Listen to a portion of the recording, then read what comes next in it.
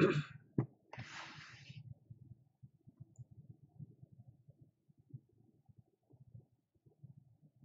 right. Oops, that's not the right stream title.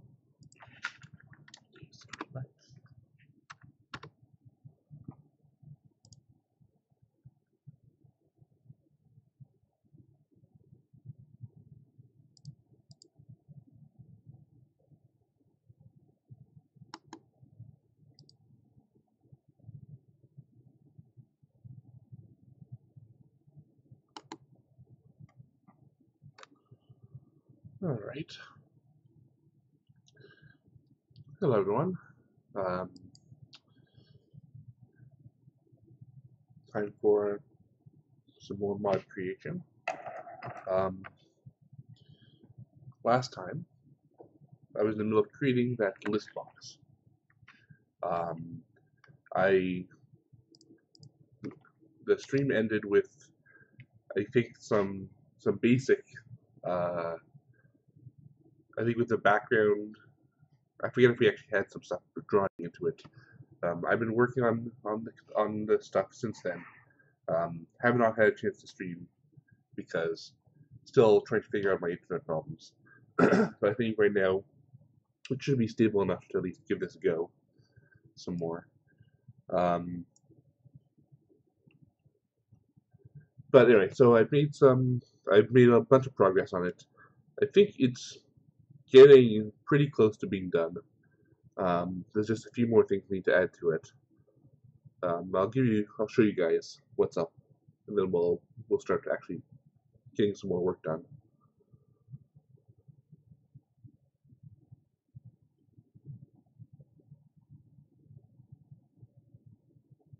Um,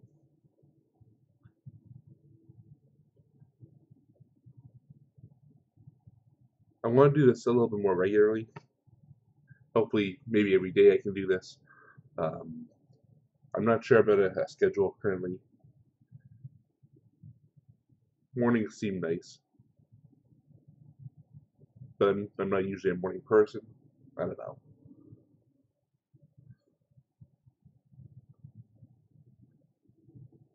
Is it just me or is this taking longer than it did yesterday?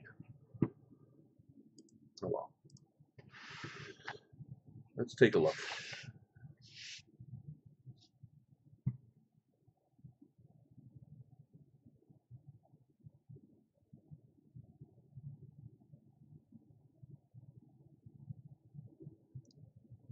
So, as you can see, I now have a scroll bar in place that you can use, to scroll through the list as you'd expect. It works pretty much the same as a normal scroll bar. It has the buttons that you can click. At some point I need to add so you can hold it down. That's not in yet, but that's going to happen. You can use the mouse wheel to scroll. You can drag the nub, or you can click on the track itself, and then it'll jump to that specific part of the list. As for the list items themselves, we can now scroll properly through the list. I'm now sending mouse events to these list items so that they can respond by changing color or whatever. I don't have clicking in yet, but that's literally one of the next things I'm going to do. And yeah, so this is very close to what I need for this, for what I need this list for. So, as far as the code is concerned, there's a lot of math that I added. I'm not going to go through everything line by line, but basically, the big important stuff is that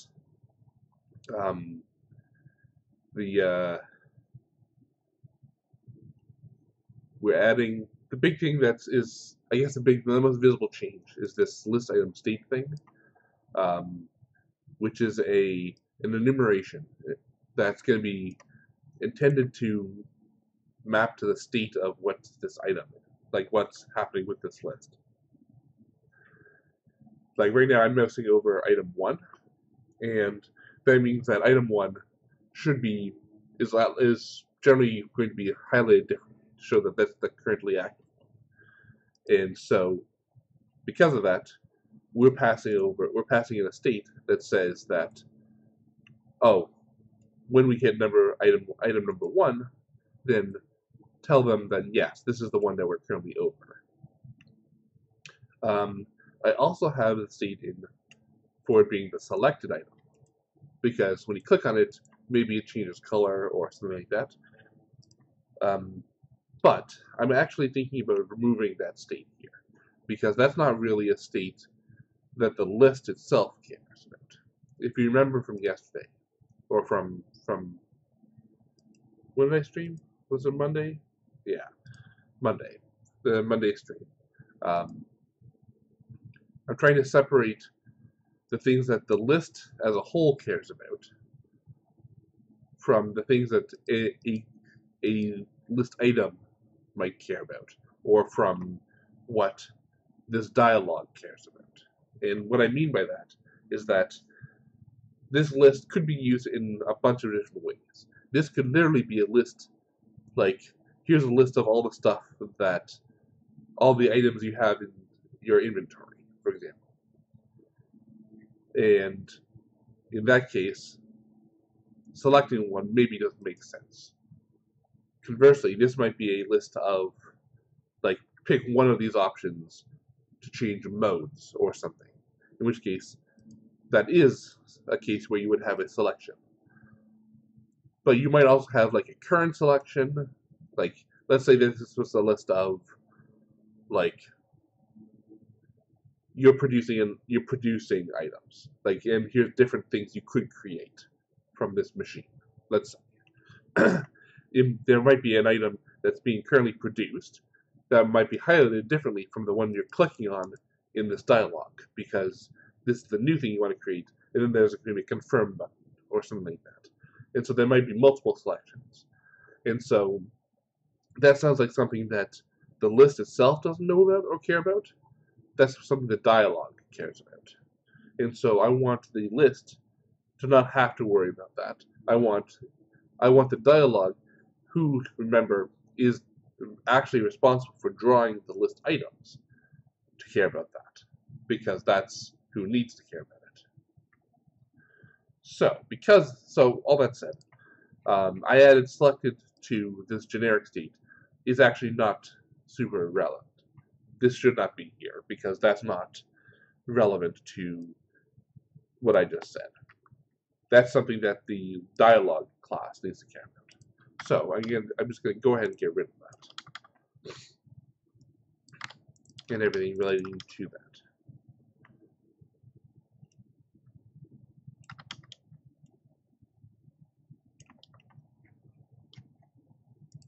Like so, like you,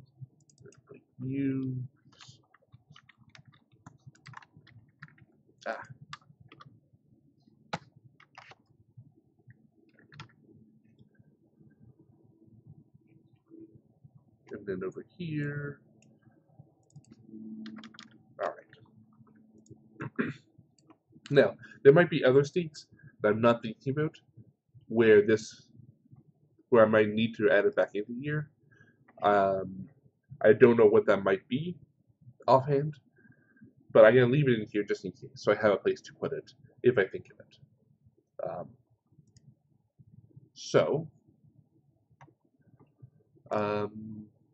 Boop, boop, boop, boop. All right, so now, in this case, I do want to add the idea of a list item being selected. Like I said, that's going to go into the dialogue class itself. In this case, GUI test. But before I do that, I do need to add the support for clicking. Right now, we don't have that. We have mousing over it. We don't have mousing. We don't have clicking. So the way you do that, every control already has mouse events built in.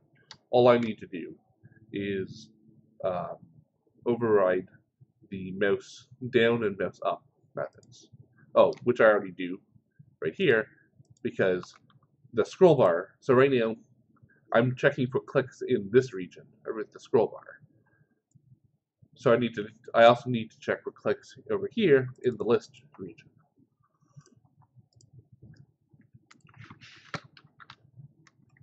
And so for these mouse region events, I have this handy method called inbounds that basically helps simplify. Like, this check is not complicated.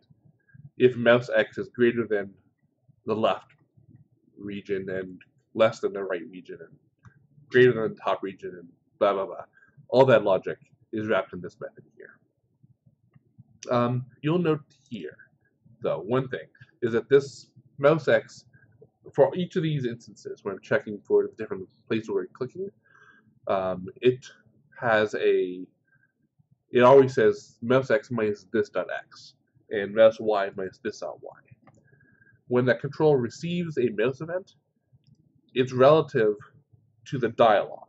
The dialog is the one who's actually generating the mouse events. It's the one looking for the mouse and going, oh, they're clicking on this label, or they're clicking on this dialog, on this label, on this list.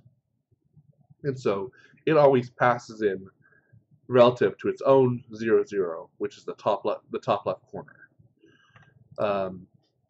Because in my list, though, I don't really want to I don't need to care about the fact that this list is offset by 20 pixels and 8 pixels or whatever.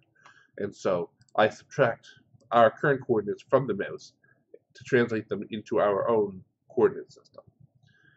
I'm thinking about redoing how these events are delivered so that each control they receive the mouse events relative to their own coordinates. So I would get mouse events relative to my 0, 0, which is in the top left of the list.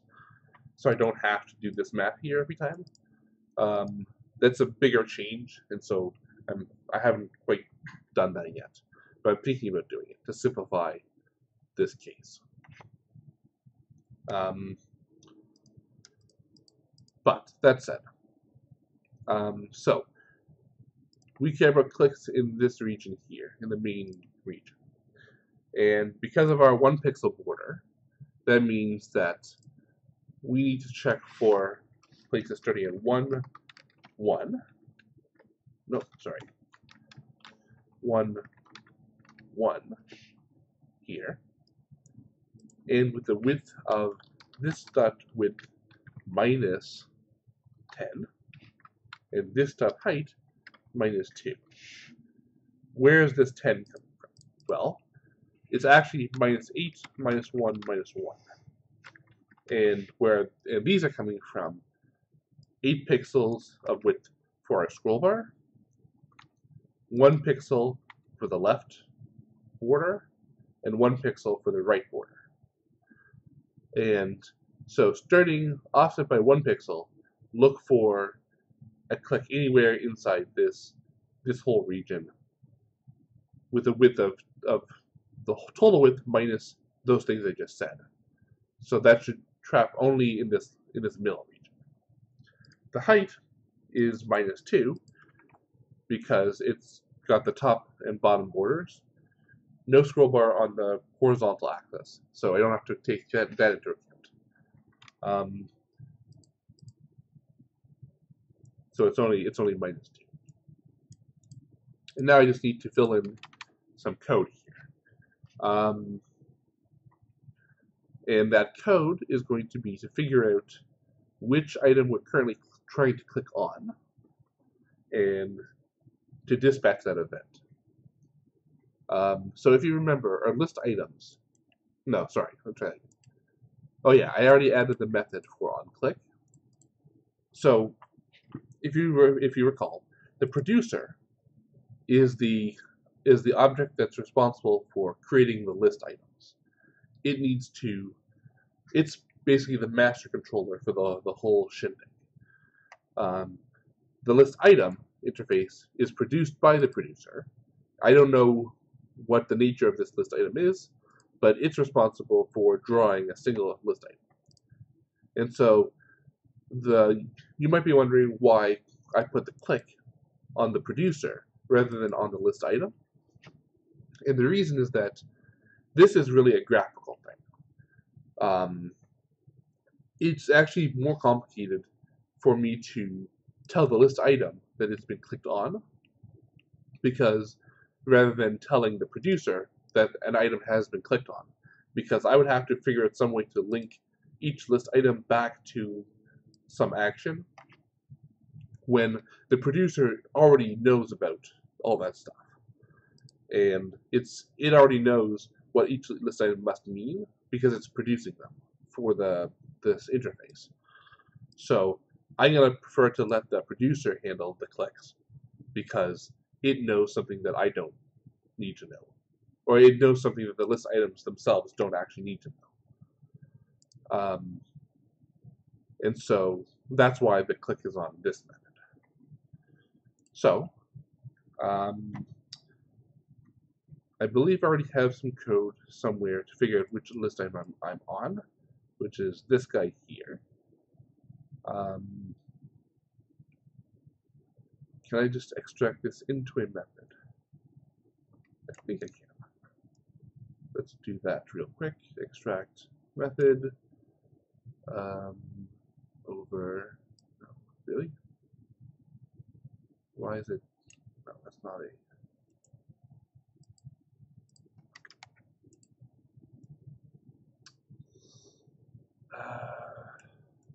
Let's do it.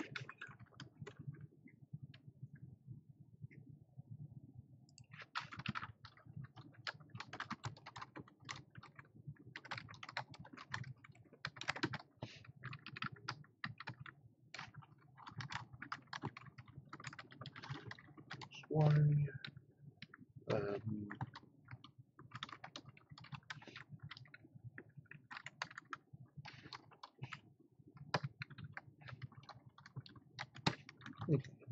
So, what this method should do is just literally to say which item are we mousing over. Then I'm going to plug it into here, where I stole it from.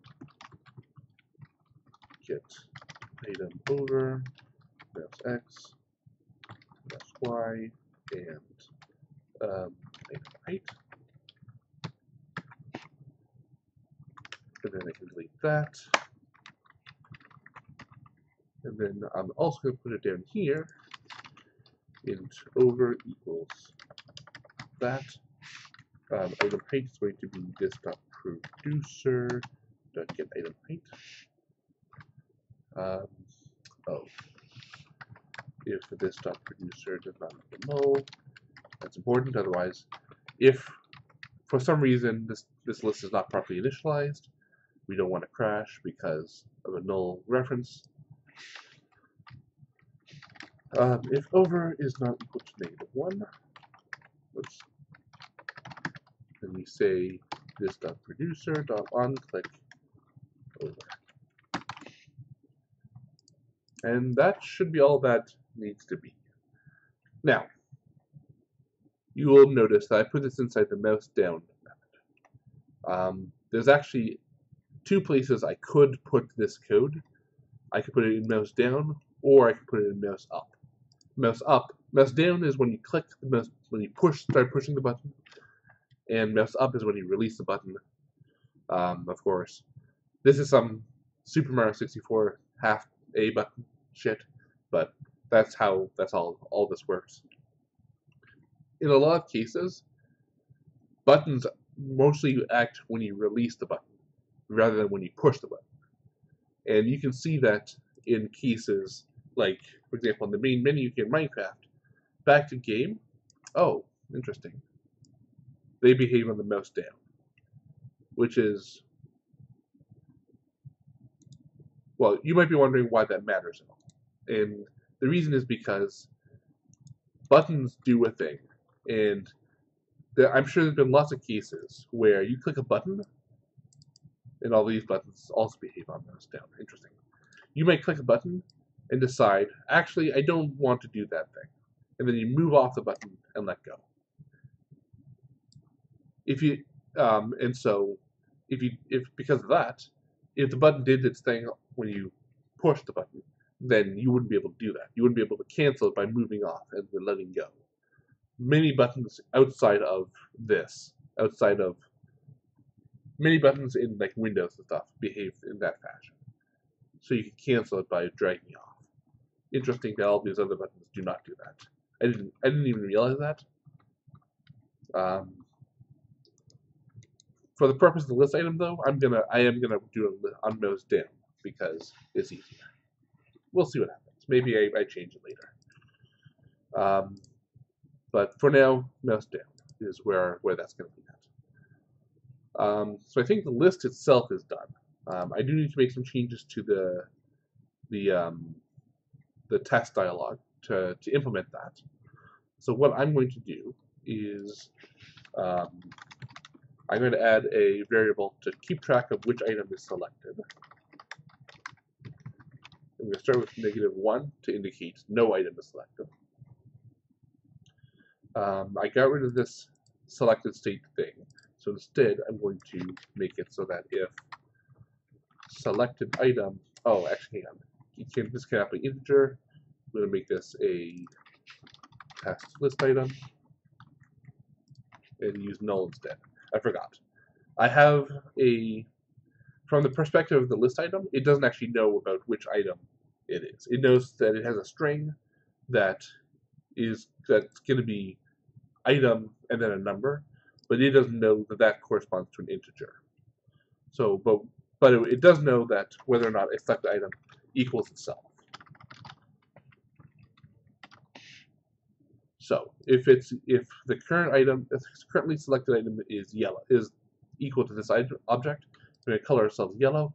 Otherwise, we'll color ourselves red. And the last thing here is on click, and all we're going to do is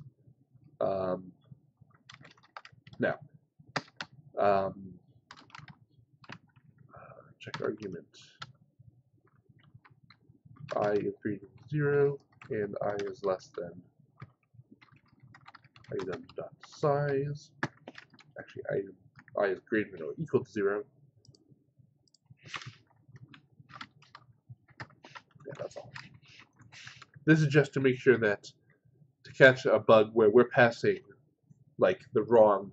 If our math is wrong, we might calculate a number that's not accurate, and I don't want I want to catch that as soon as possible, rather than letting it lurk.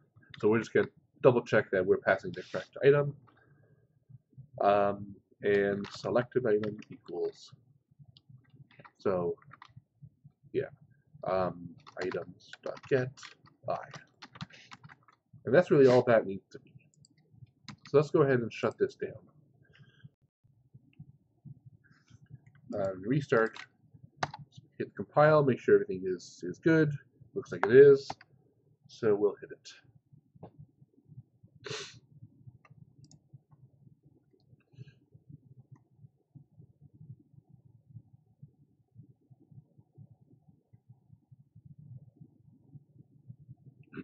Excuse me.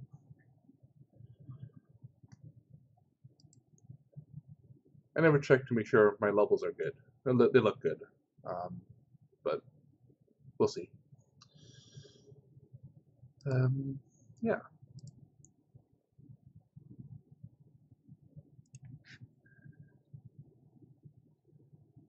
Just need to wait for this. Oh, what's going on? Alright, it just stalled for just a second.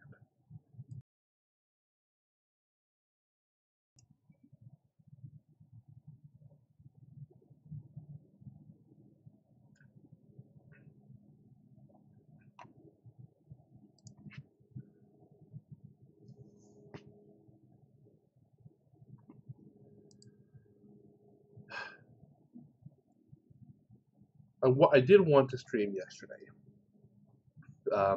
but somebody somewhere above me in my apartment building was hammering basically all day, and it's really annoying and not very conducive to streaming.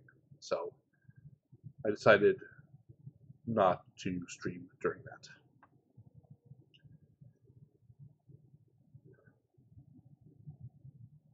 All right, so let's see how things are working. If everything is done correctly, then as soon as I click on one of these list items, then it should turn yellow. Alright, that's, well, good news, something is turning yellow. Bad news, it's not the right item. So, what does that mean? What do we do wrong here?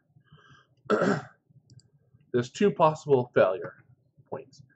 This could be wrong, saying that I got the wrong item, or this could be wrong. I'm passing in the wrong item. I guess they're the same thing, actually. Oh, you know what it is? It's because I forgot to add this minus X.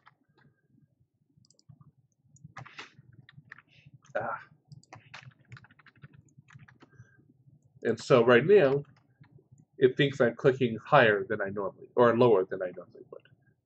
Because again, when I click up the very top here, this is not like 3, this is like 23, because the dialogue, because it's relative to the dialogue, not to the list. And so I need to offset it again. Luckily, I should be able to hot swap this in. There we go. Cool. Yeah. So that looks like that's working pretty well. Excellent. All right. And if I'm checking for boundary conditions, making sure that, oh, what just happened? All right. So that's our first crash. Something went wrong, and it closed. So let's take a look and see if we can figure out what went wrong. Illegal argument exception. Interesting.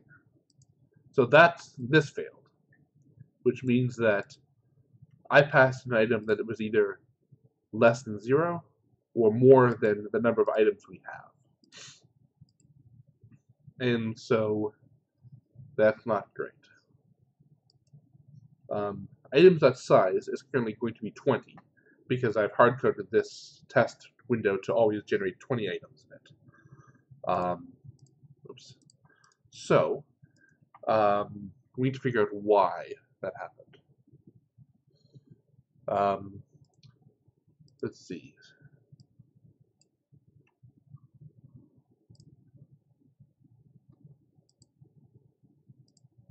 Here's what we're going to do. We got a breakpoint here that fires if I is less than 0, or I is greater than or equal to item.size. Just so the reason that this is correct. Oh, hey, there's someone in the chat. Hello, yellow twat. Very good name, I guess. Anyway, if I is less than 0, hello, if I is less than 0 or I is greater than or equal to 20, then we're going to break here. And the reason it's greater than or equal to 20 is because, remember, in Java, arrays and stuff start at 0. So we have 20 items, they're numbered from 0 to 20, or from 0 to 19, rather. And so if we get 20, that's actually outside of our list. So we want to stop. And hopefully that'll tell us why this went wrong. What is this window? You go away. I don't care. Yeah, so this is a lot like what debugging Java programs is like. Is something crashed, you got to figure out why.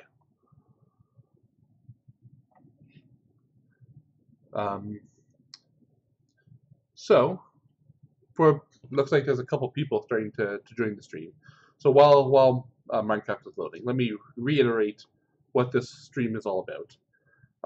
I'm making a mod, and I'm sort of showing behind the scenes what it looks like to make a mod. It's not super exciting. You're not going to be seeing me build like Minecraft shit. This is mostly building Minecraft code. So if you don't care about that, then maybe it's not the right place for you. But yeah, I think it's interesting.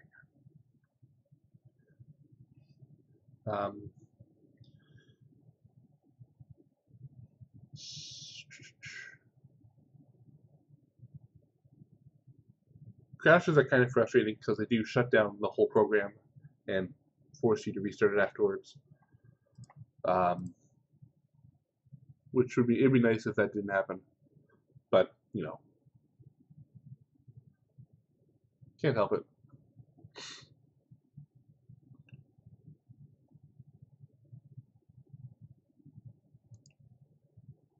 So we got the error when we clicked. Looks like clicking at the very top isn't doing anything. So let's go all the way back down to the very bottom and see if we can reproduce it.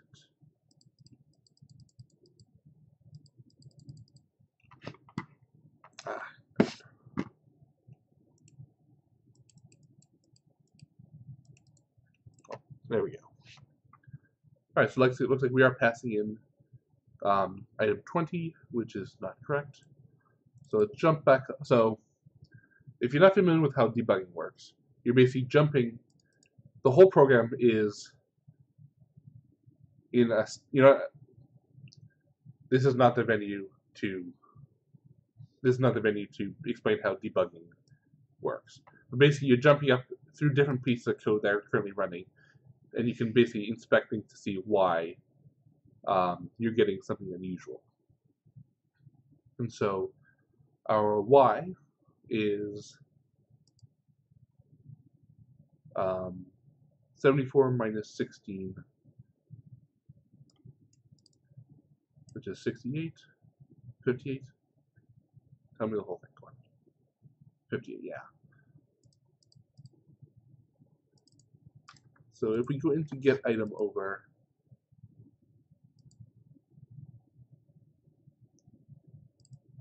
here's what we can do. We know that item height is 50. Hello, John Cowan. Please don't spam my chat. Hi, Tyler. I guess, but please don't spam my chat.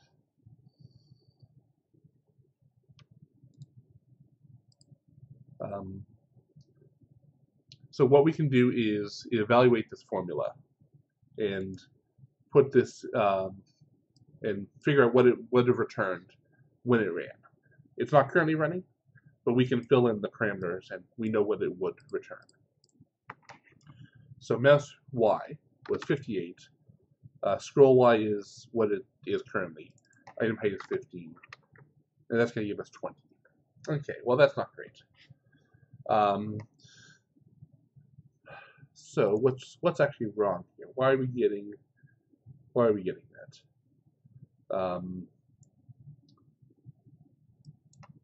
That shouldn't be what we get. Is my math wrong, or is my formula wrong? Oh, I think my formula might be wrong, or not the formula, but I might be passing the wrong value in, because the mouse Y that I'm passing in, I think this needs to be actually -1 again, because again, I'm not accounting for the top border, I think. But here it doesn't matter because I'm calculating if it's in the bad state.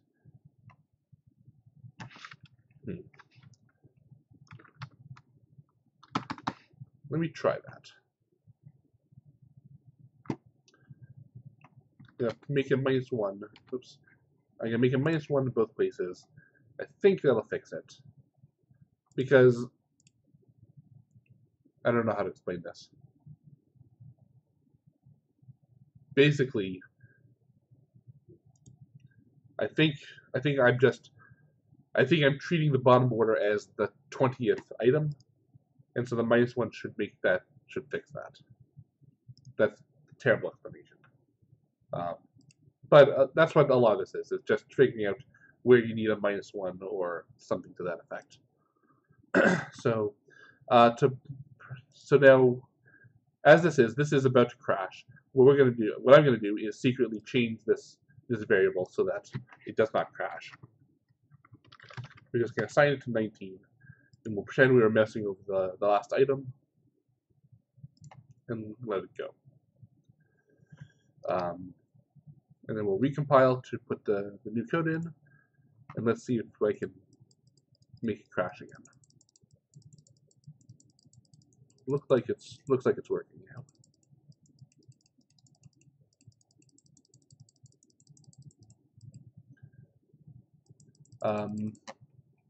All right, so that looks good then. And as usual, we're going to go ahead and commit this so that we're not losing anything. What did I change? Oh yeah, that's right. I did add a new graphic to handle the list item, the colored list item. This gray box rather than the black box. You'll recall that you can see here that these red items they're being colored red all the time. It's just that the background is black, and like multiplying something by 0, it doesn't actually change it from 0.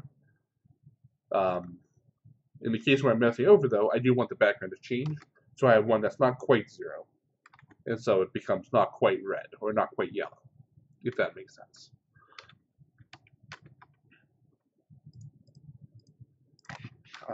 Add clicking to the list. Oops. Perfect. All right. Cool. So at this point, now I'm wondering, is there anything else I need to add to this list control? Because if I'm not mistaken, this is looking pretty darn complete. You might be wondering what I actually need this list for, which is a good question, great question. When I was showing off this quest, this block yesterday, I mentioned that you get random quests by hitting this button, and you can lock quests using this button and stuff like that. I'm thinking what I actually want to do is replace these with the ability to click on it and choose from a list of all the different quests. And so what I'm going to do is sort of rework this dialogue. And we're going to make it so that when you don't have a quest active, which I'll show by breaking this block, putting it back down, linking it to the network. It has this new work order button, right? So instead of that, I think what I want is just to show a list here with all the different quests. So let's figure out what that's going to look like. One thing I like to do is sort of do a mock-up in Photoshop of what a dialogue looks like.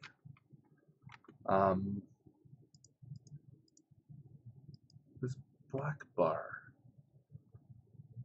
Oh right, that's where this gauge normally is. And so when I have the mock-ups turned on, then I have all these placeholders to indicate where the controls are going to go. And so, with the exception of this guy, yeah, so this is what our dialogue looks like.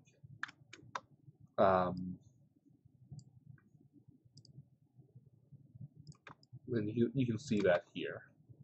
You can see how the placeholders correspond to the items in the dialogue. There's one missing, which I'll add here. I think I just freehanded that one. Oops, hang on. This plus this. Why are you doing that? Yeah, there we go. Now that's up to date. So, I think what we're going to do is let's make a new layer here. Call this active. The title is always going to be active. Yeah. The rest of this stuff we'll put into the active folder, so we can turn it off.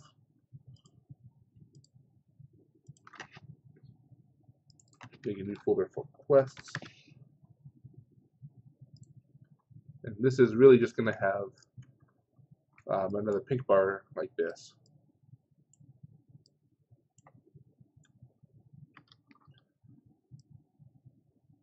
That we're going to make fill basically this whole space.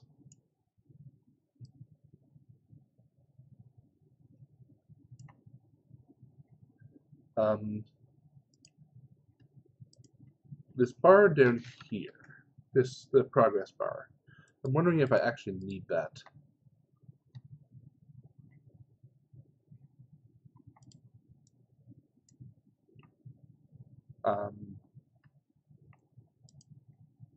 If I actually need that here.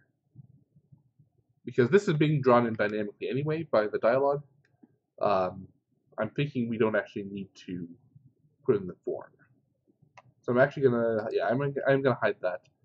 I'm gonna leave this guy up here, but we're gonna cover it up with our list control.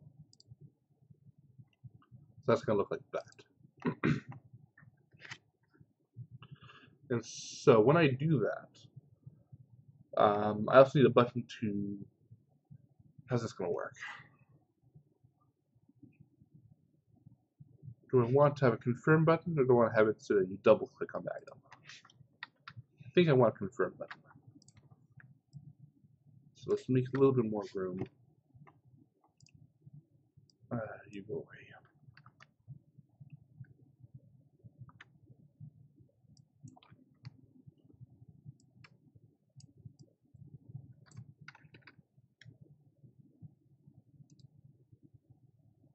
I think this makes sense. This layer is 10. I need this to be at least 14 or 16. Don't do that.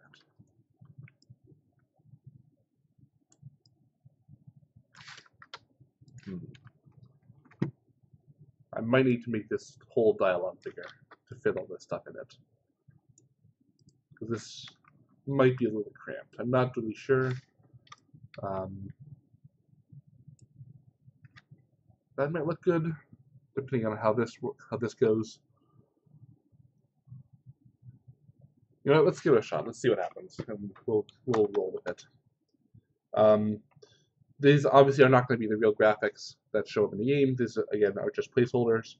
I like to create these placeholders so that I have an easy reference to see what the coordinates of these items are, because I need to put them into the code, and there's no visual way to do that. It's all just literally in the code. So if we pull up the dialogue for our shipping depot here, so all the current controls are listed here. We're going to add some new controls here. The GUI list is the one we just finished making. These are going to be the quest list, not lust. Equals new GUI list. And that list, we need X, Y, width, and height. Those come from here. So X and Y, 96. This one is 6 and 17. So 6, 17, width 162, and height of 42. And then it needs the last parameter, which is our producer. I'm going to make the dialogue itself be the producer, which means I need to add a new interface here of GUI list.producer, which means I need to add all these methods. Let's go ahead and put these in. These are stubs. Obviously, they're not real. We're going to fill them in a little bit as soon as I finish adding these new controls. And then we need a button here. This button is not going to be. This might be too big. We'll measure it if we need to. We'll resize it. For now, this is going to be our start class button.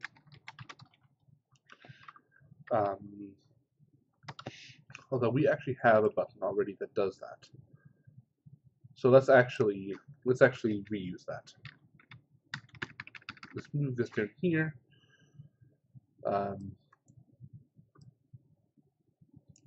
One thing we haven't talked about is translations. Like whenever you have text in the window here, you really want to make it so that it can be translated, so that people who don't speak English can have the right text. And so inside the code here, whenever you have text that shows up on screen, you always have this weird looking string that only vaguely references what it actually says. That's because there's another file called a language file where you actually look up, it's basically like a dictionary, where you look up what the real string is. And then that means that if I was speaking French, I could take this whole file and go through it and translate new work order into nouveau work order, or whatever the French version is. And without having to touch any of the code. In this case, we're going to change new work order to start, because that's what's going to show up on this button here. This is going to be a list of quests. We're going to click on one of those quests, and then we're going to hit start. And I think that'll make sense.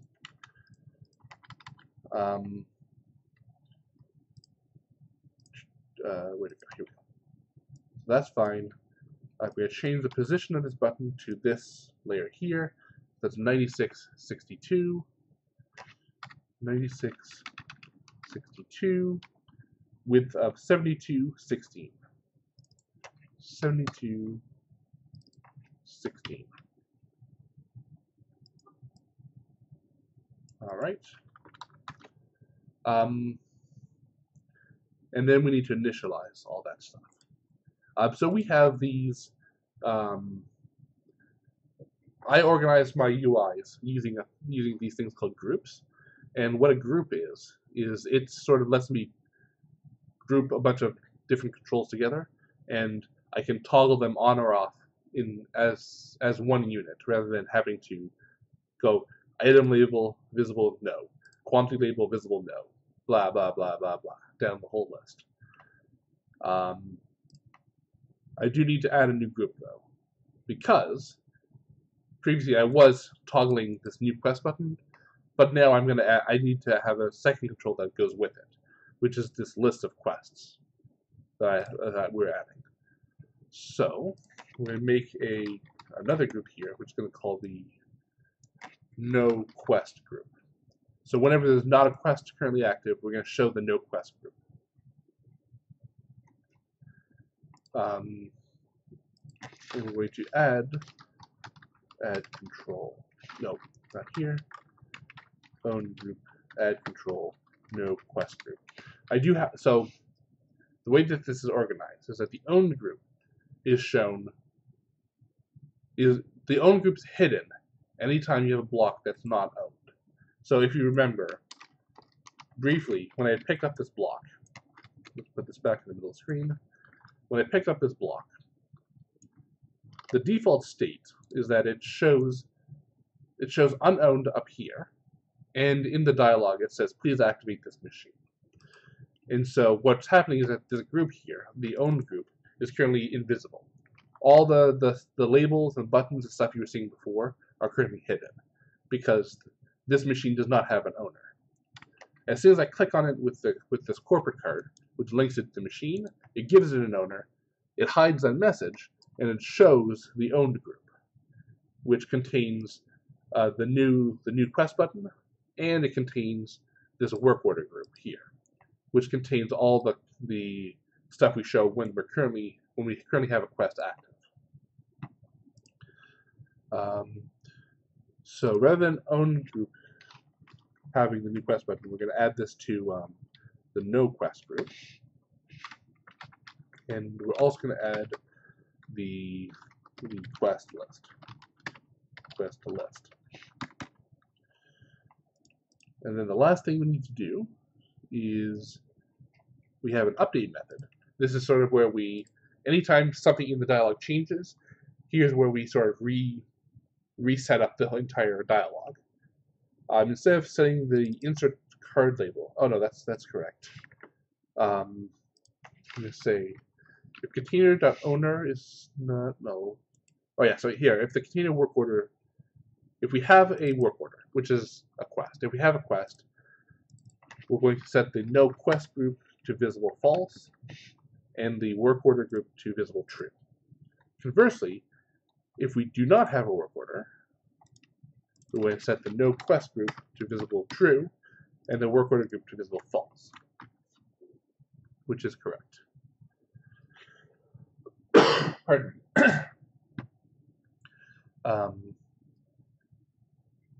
So, all right. So that's the basic GUI stuff. We do need to implement these methods down here. So we're going to add a new class, and this will be our quest item, quest list item, which implements GUI list.list item. Indent, please. And then we need to add this method here, which is our draw. And we'll get to that in a second. So, get num items. How many items do we actually have?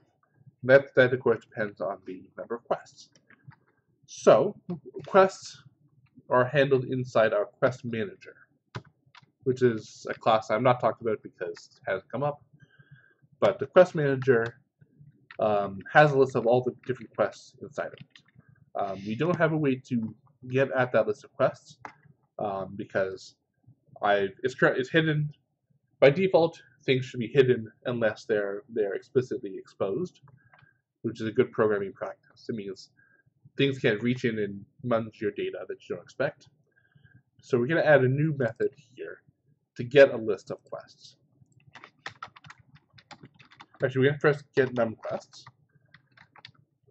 Get num quests, which is literally just going to return the number of quests we have. Return quests.size, and we're going to have another method that returns a read-only collection. Read-only. What am I looking for?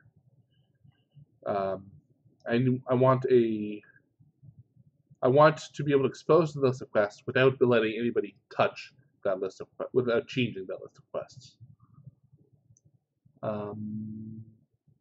Is there not a thing for that?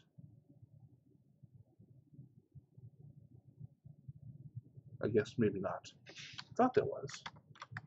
Immutable list.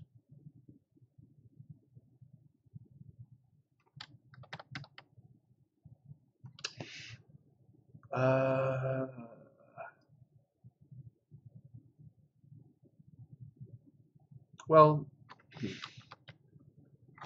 maybe just list.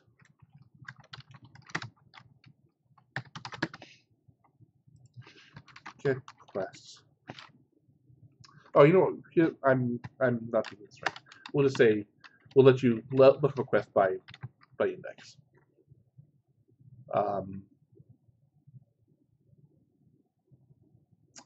Although I'm not thinking about this, the quests are in a map, which does not have an order by default. And so, can I actually do this? Can I return a quest by index? That's an interesting question. I have a method to get a random quest, which basically generates a random number and then returns that quest. And I have to do all this weird stuff to make that happen. I don't know how performant this is.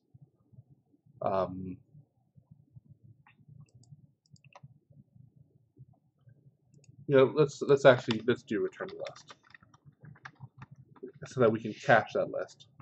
Because the list of quests is not actually going to change ever, so maybe this is fine. And I can just return quest.values to list. No. What is this? That's an abstract. That's a collection. Did I just do that? No. There, that should do it. Oh, actually, my IDE is telling me there's a more efficient way to do this, which is that. Which, yeah, I guess that makes sense, actually. All right. So, get num quests.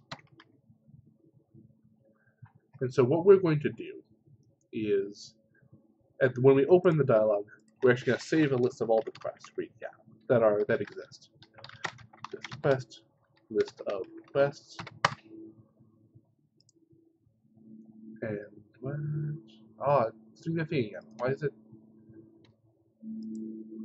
I've literally never had issues with this AWT.list class before. I don't know why now, of all times. You need a real list. List of quests. When we open the dialog, what we're going to do is do list of quests equals quest manager dot instance dot get quests, and then we're going to return list of quests dot size. That's all. Each item. So the height of each item is going to depend on what we actually want to show. I'm thinking I don't actually need to show a whole lot. I think we just need to show the name of the quest, and that's it. I might be wrong on that. Maybe we want to show an icon of the thing, but we'll start with just the name for now, and we can tweak it later. The font is 10 pixels tall, so we're going to put 12 pixels just to give ourselves a nice border, a nice padding. Then we need to get the item. What I'm going to do is, for now, we're going to be naive. We're just going to return a new list item here. Nope, that's not what I want. No, quest list item. New quest list item. Quest list item. For a list of quests.get I, and we'll add a variable here to store the quest, and a constructor list item quest this dot quest equals quest, so that we can draw from this quest later on. And we'll handle the onClick. Actually, we can handle it here.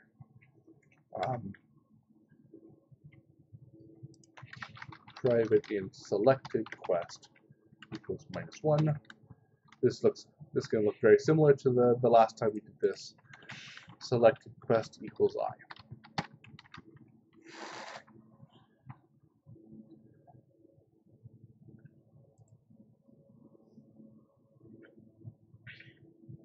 Now, how are we actually going to draw this? We really don't need to. So in our test dialog over here, we had these colors. I actually don't need these colors. I don't necessarily want all these different borders in here. So actually what we're going to do is change, we're going to hide, I think I want to just draw a black background in the list.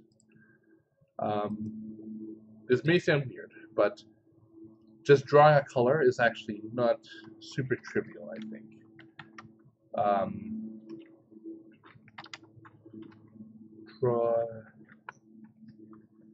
Or there might be a thing for this. Draw gradient direct. I think this might do it. So 0, 0 with height. Start color is going to be color dot black dot get RGB. Color dot black dot get RGB. I think that should do it. And then we're just going to draw text. Font renderer dot draw string of quest dot. Oh, hang on. Sorry, this is a little more complicated here. Because again, this needs to be translated I already have code to do that translation here. So this quest localization, actually, we can do this over here. The quest localization class.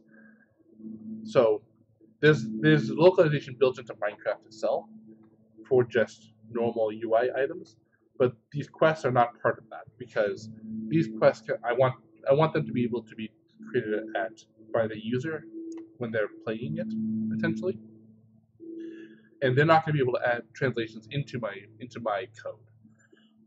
So I have a separate place where the quest translations are looked up, and it's just all this stuff. You don't need to worry too much about what it is.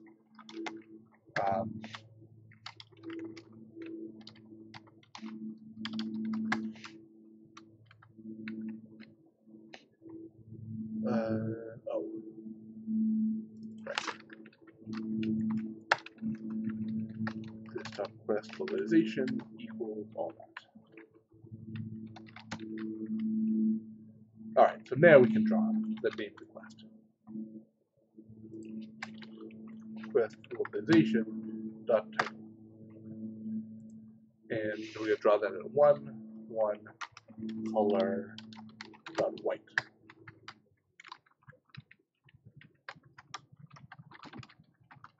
We're gonna do one more thing here that I forgot about, which is that if the current item is highlighted, I do want to show that.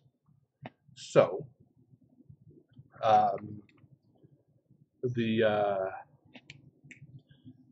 we default to black. The default to black. If selected quest.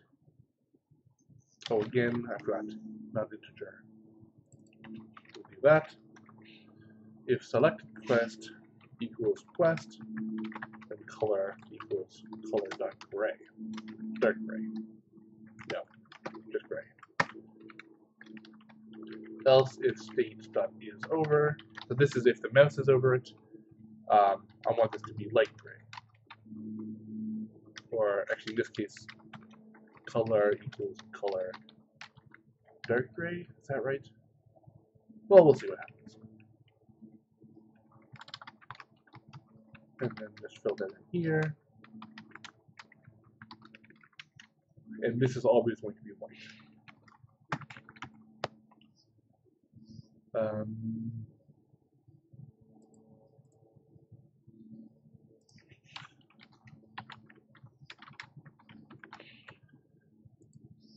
Thinking about what this actually does, I think no, that's fine. That's fine. This is fine. And that's 90% of what we need to do here. I still need to make the new quest button, work correctly. I'm going to actually. Oh right, yeah, no, not regular button. I'm going to change it so that it doesn't do anything currently, so that we remember to change the functionality later.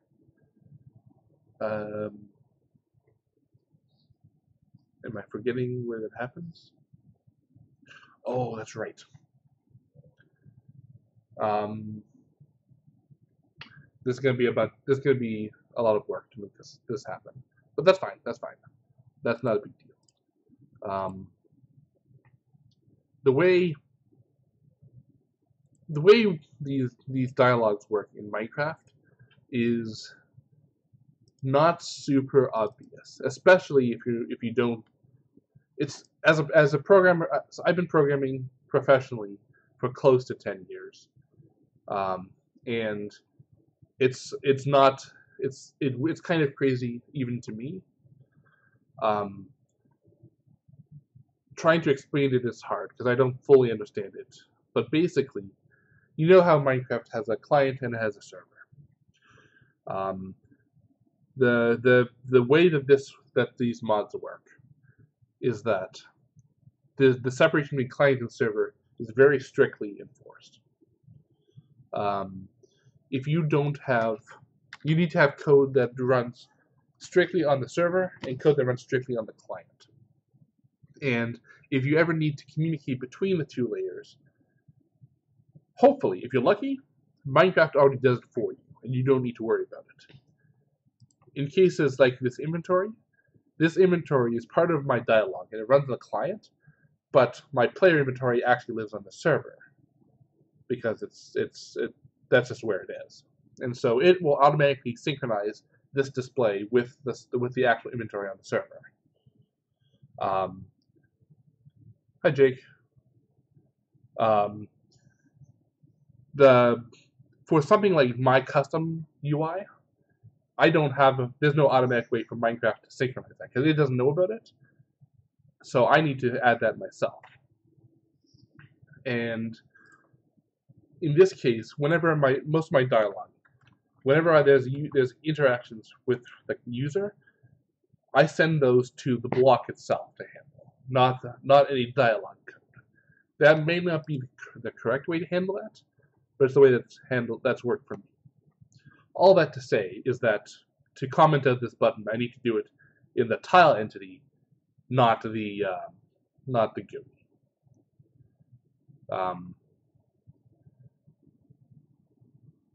Cool. Thanks, Jake.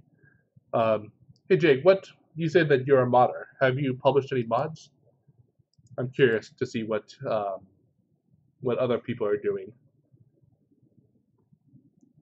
Since you probably haven't seen most of the rest of the stream or the previous stream I've done, this is a mod that's currently not released at all, or even announced. I'm planning to announce it pretty soon, I think. I'm getting close to being done. I just need to. I'm working on some last minute UI stuff, basically. I did that. I think I'm ready to test this.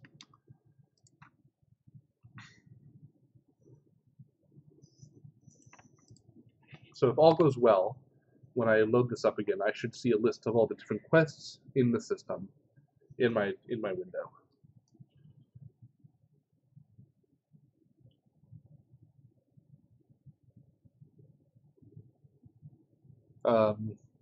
What mod is it, Jake?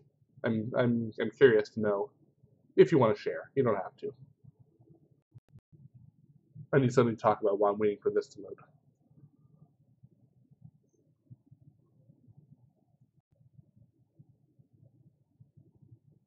A mod menu called Xanarex.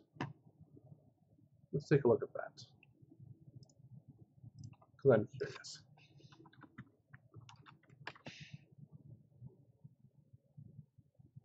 A new hack client. Oh, for the Pocket Edition. Interesting. I don't know anything about Pocket Edition. I'll be very honest. Obviously, I'm working on the Java edition.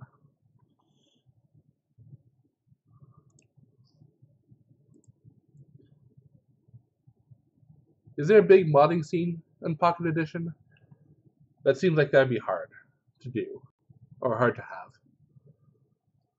I don't know much about it. I've played it back when it was new, but you know, Java.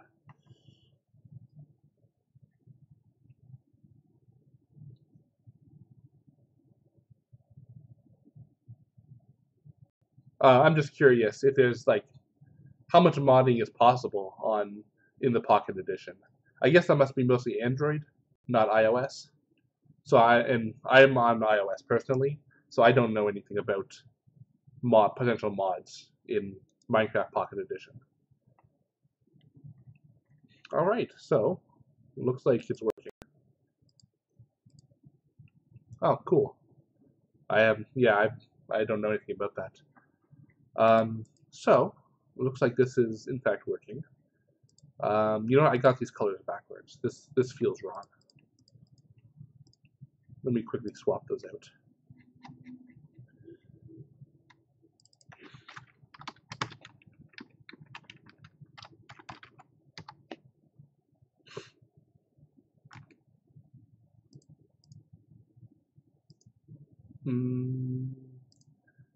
Better. I think I also need to swap these states as well. So basically, the priority here is that if you're mousing over it, I want it to show up as highlighted higher than if it's selected. There we go. That looks right. But yeah, this dialog is real small. And I didn't get rid of this. I didn't actually get rid of this bar, which I need to do.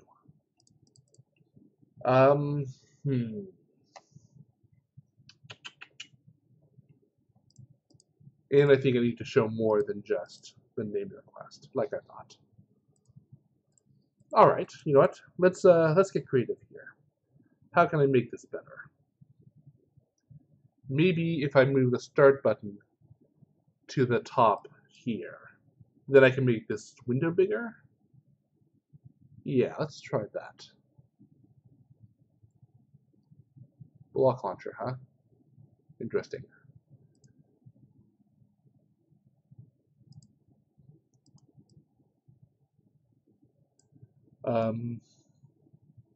That's cool. I'm genuinely surprised about how big, like, Mojang has done literally nothing. Well, no, that's not true. I take that back. They've done some work to help support modders, but most of the modding community is really self-driven, which is really neat.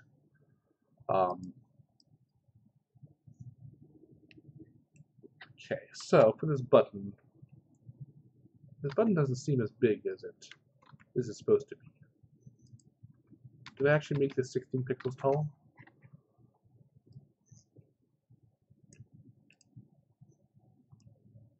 It did.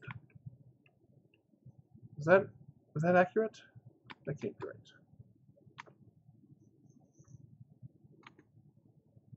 Maybe it is.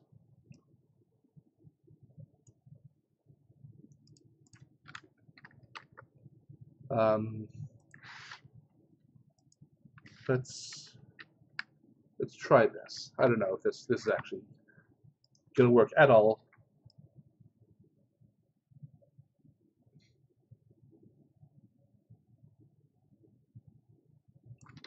Let's try that. How does that look? We are cutting off a little bit of the room that I've reserved. That I like to reserve for the title bar, for the title, which might be a localization issue, but hopefully that's not going to be a big deal. We'll see. So now this button lives at 96.3, width 72, height 14, and this window now lives height 63.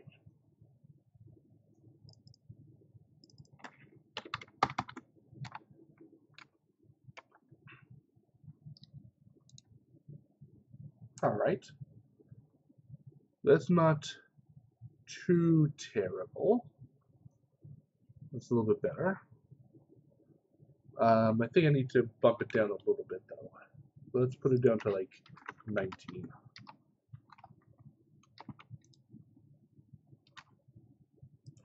And 61.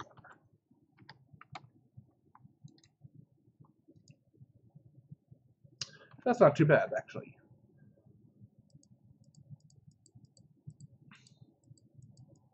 Well, and we crashed. Why did we crash?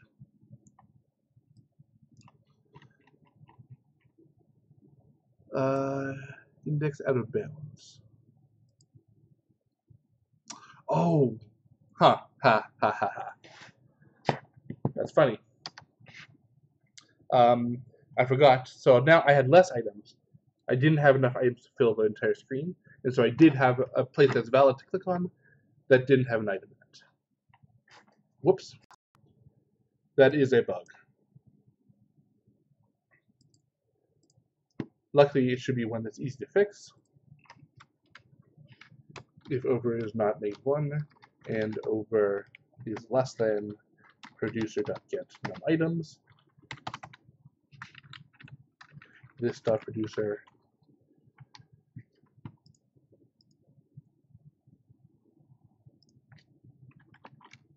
zero classes we have why what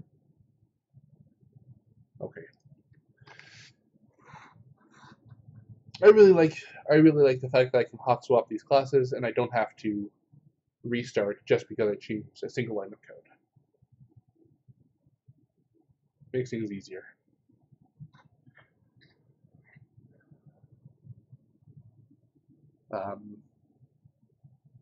Anyway, as I was saying, it looks like the new dialog layout looks decent. I don't think it's perfect. I might still want to make the entire window bigger. The only reason I don't just do that already. Well, thank you, Jake Nation. I don't know how this is an experiment. I don't know if this is something I want to do long term, but hopefully, I'll be doing this for a while, and you'll have lots of stuff to like. The reason I don't want to just automatically make this window bigger is because I don't know, like, if I make this bigger, then what if my screen is smaller? Like, what if I have a small laptop or something? I don't want the dialog to go off the top and bottom of the screen or something. But, you know, if I have to make it bigger, then I will. Okay, cool. So now it's not crashing. That's great. Something's not right here. These don't look like they're centered. Are these not actually 10 pixels tall? I don't think I've ever measured this. No, stop it.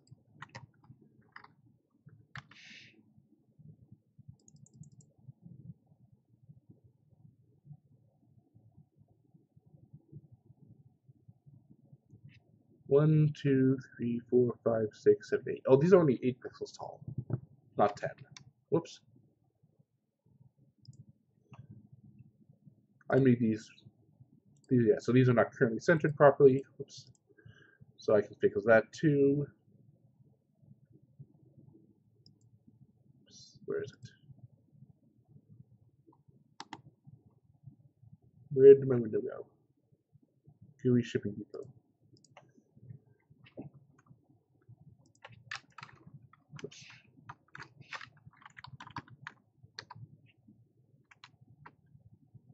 There we go. Now they're centered. That looks better. But you know what? Let's actually go. Let's go a little bit further. This is all well and good, but I want to try something fancy. Let's put so each of these quests has a result, has a thing that they want. So, and let's draw the icon. Let's see if we can draw the icon for that item in here, so you have a better idea of what the quest actually is. So we're actually going to make these bigger. Welcome back, Jake. If you missed it, so here's my quest dialog. I want to draw the icons for these quests in this window, so you can have a better idea of what these quests are all about. So I'm going to make it so that these items are now 18 pixels tall, like that. We're going to center these again. Now 4 pixels, I think, is correct. No. Let's do the math then. 18 divided by 2 minus 8 divided by 2 is 5. Right.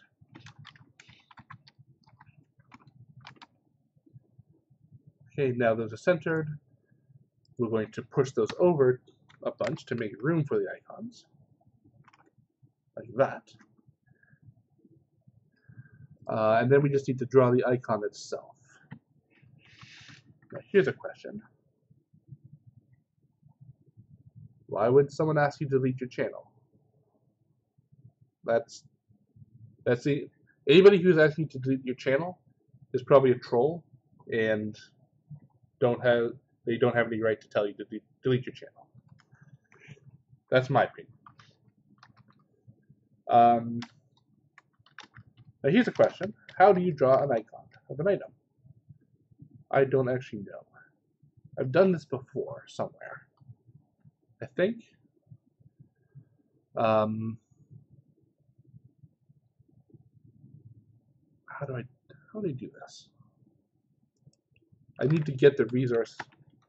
I need to get the texture, and I need to draw the texture. Not a big deal, I guess. So I already have the items. I have the quest. Quest.item. Does it have what I need? Not the item stack. The item. Get item. Surely this will have a way to get the texture on it. If not, then we're going to use my favorite technique, which is to go to Google and search for doing that.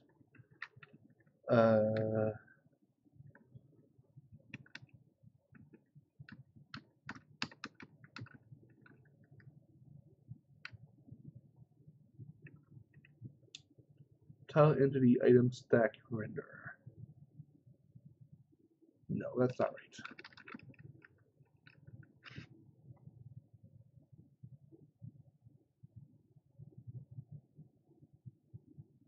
All right. Let's ask for some help. Minecraft forge draw item.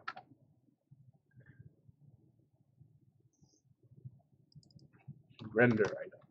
GUI.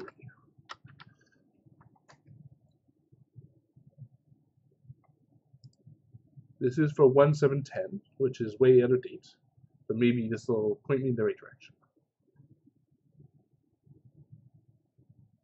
Draw item stack.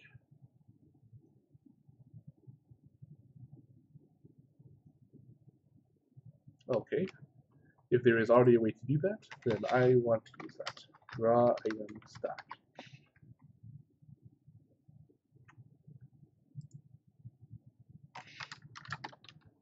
Let's so GUI container, which we do extend. Draw item stack.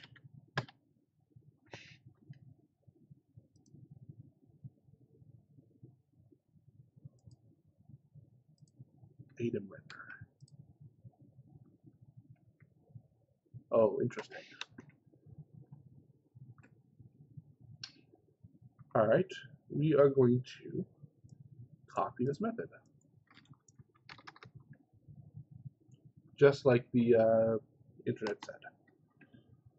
And we're going to put that inside GUI. No, we're not going to put it inside GUI till.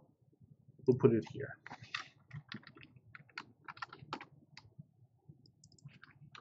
Protected void.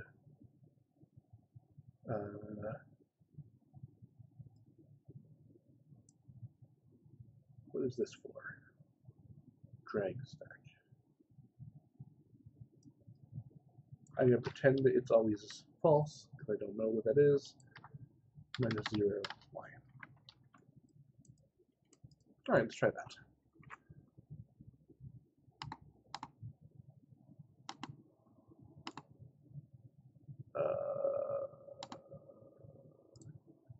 Shipping depot, draw item stack. The stack is quest.item. X is at 1, Y is at 1, alt text. I don't know what that alt text is, but we'll leave that blank for now.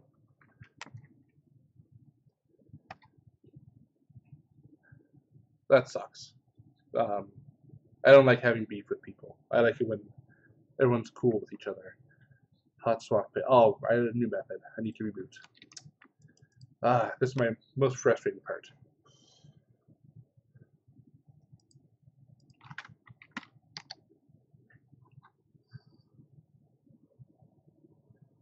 I have a Discord that I use for talking with friends. I'm not part of any public Discords at the moment. I'll probably start looking into some of that later. But I'm assuming it's like IRC or something like that. There's always going to be jerks in these places. Sometimes that jerk is me. You know, it happens. It's important not to take anything that anybody says personally, because I don't know anything about you, honestly, but I prefer to assume that everyone's cool unless they demonstrate that they're not cool. Um, Incidentally, racists, Nazis, if there's anybody watching this, you're not welcome here. Everyone else, you're cool, I guess.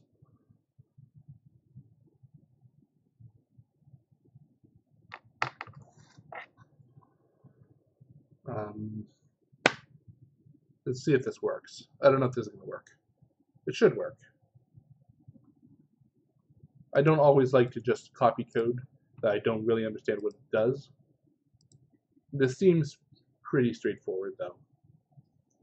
So maybe it's fine. Render item overlay into GUI. Render item and effect with GUI.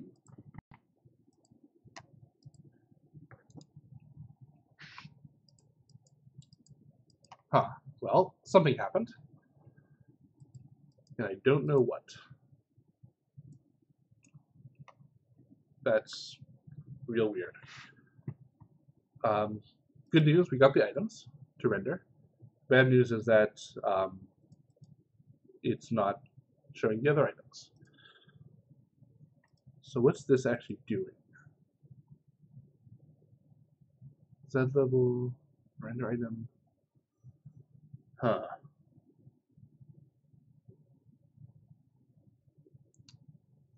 Well, I do.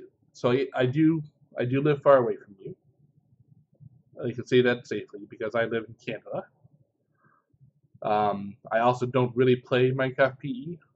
As you can see, this is clearly the Java edition, the desktop.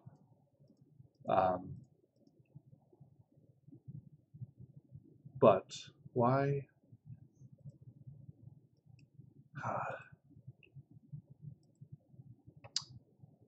So I don't actually know what's going on here. I'll be honest.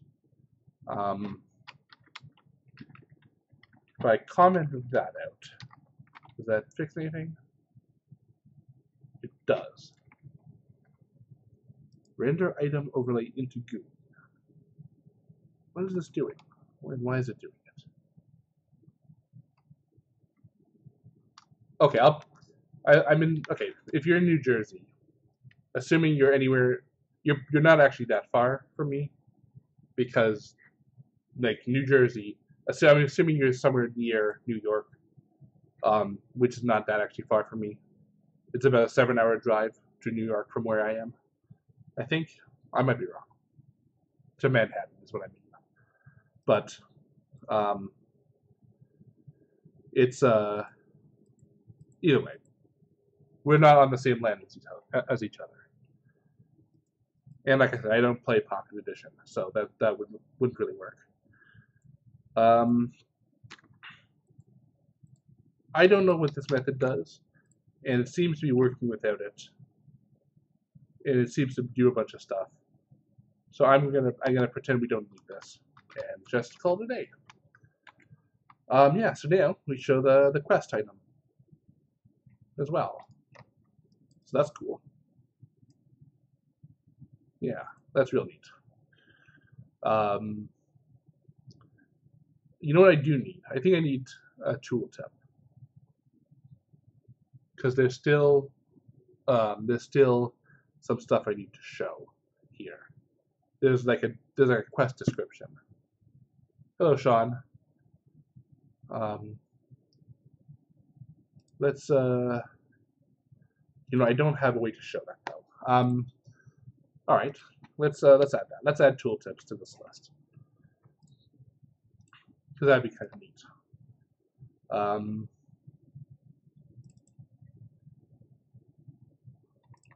Yeah, this is, there's only 2 people watching because this is only my second stream ever.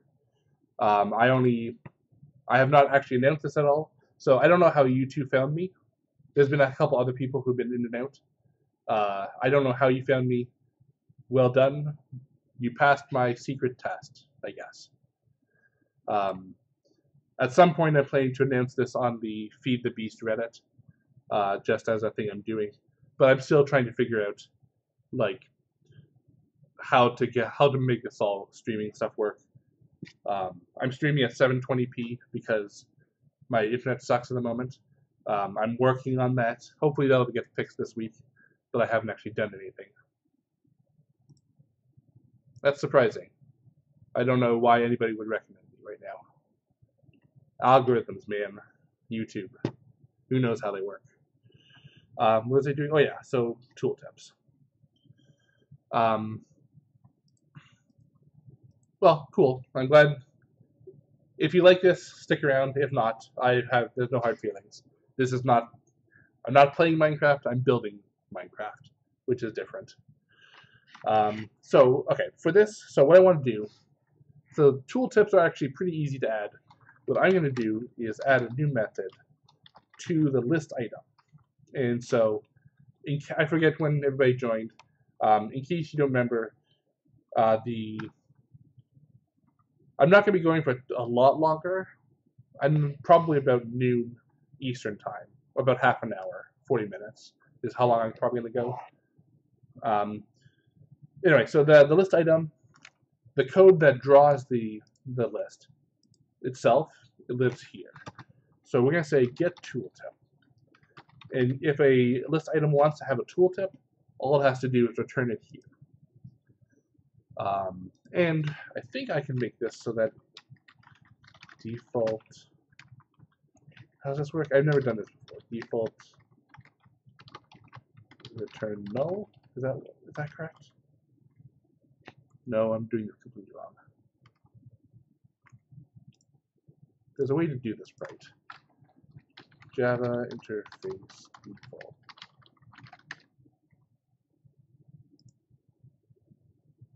I just don't know the syntax.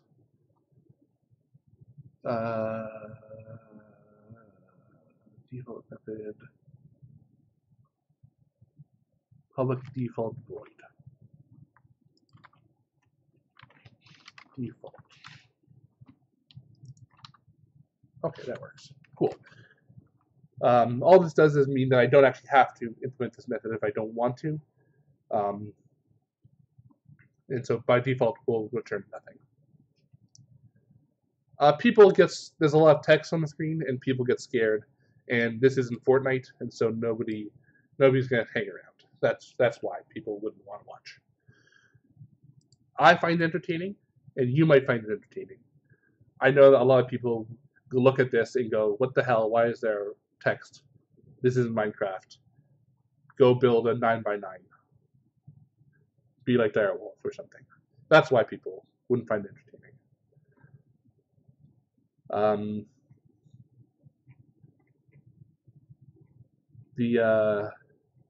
All right, so now we have that. Then what we're going to do is controls that my controls also have tooltips built in. All I need to do is overwrite that method, get tooltip. Where is it? Where is get tooltip? The set tooltip, the get tooltip. And then we're going to do exactly the same thing as we did with this. We're going to say, we're going to copy all of this over here.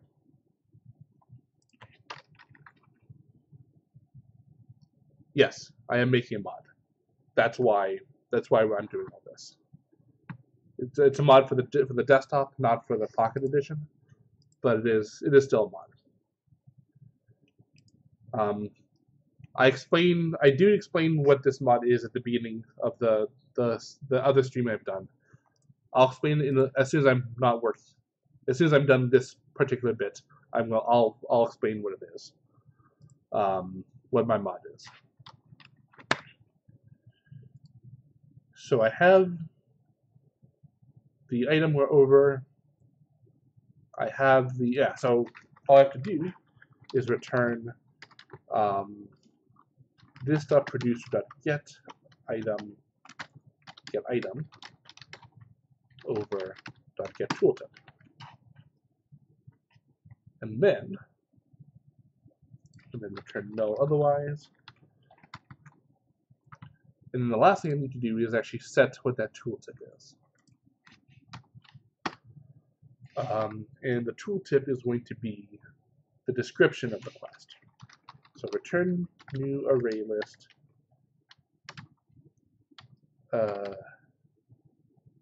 There's a syntax for this.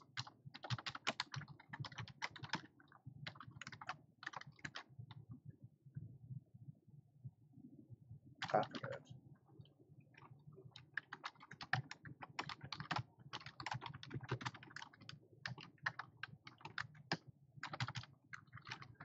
Quest localization description. Return ret. What? Okay, you should probably take a look at that. If your house is on fire, that's bad. You should not be on fire. I'm just going to throw that out there.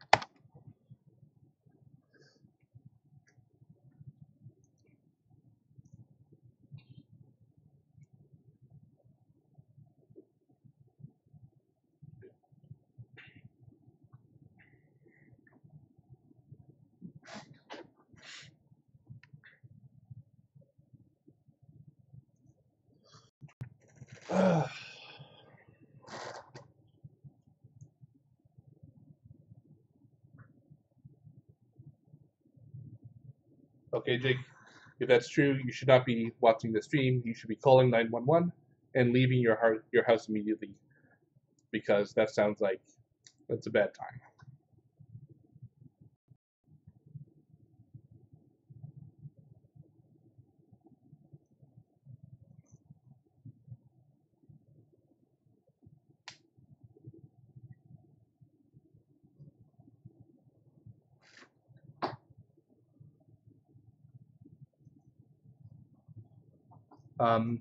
While this is booting up, let me recap what this whole stream is.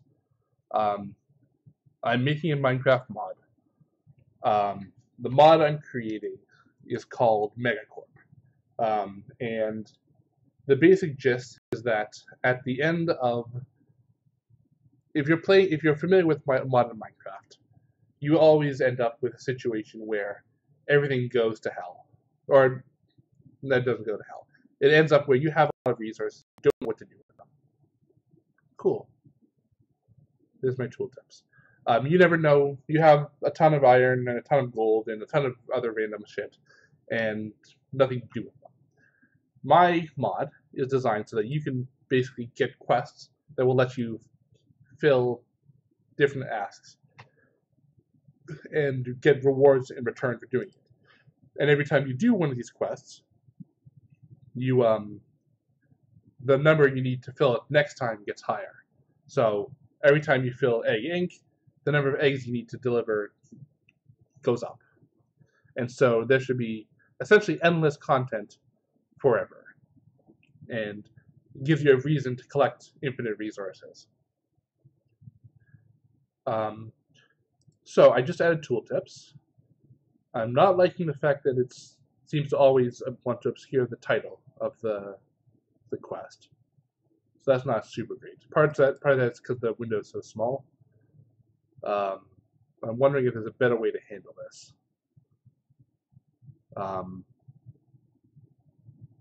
Not sure.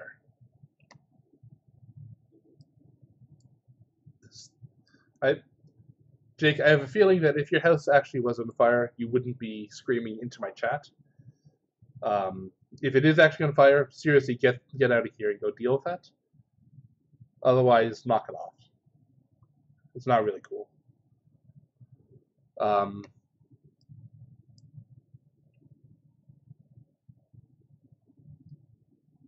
wonder if there's a way to force the tooltip to the side, to one side or the other. I don't think there is. But on the other hand, JEI seems to be doing it just fine. So I don't know. How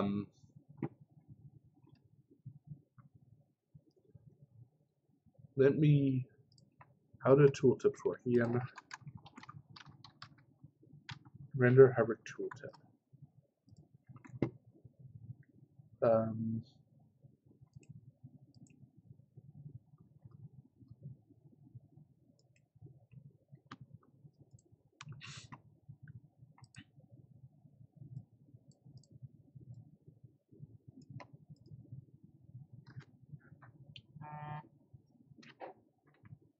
This is all a lot. Draw hovering text. This is a lot. I'm not going to worry about this right now.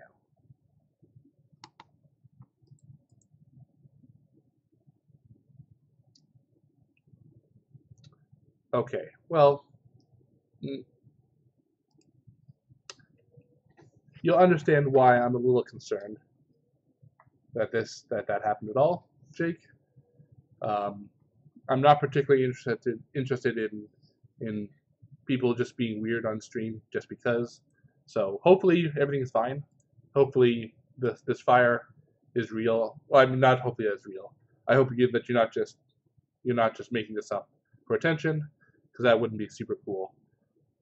If the fire is real, I hope that nothing terrible. I hope that it is dealt with in a way that does not destroy your life, because fire is not a joke. Take that from me, the random guy you're watching on stream.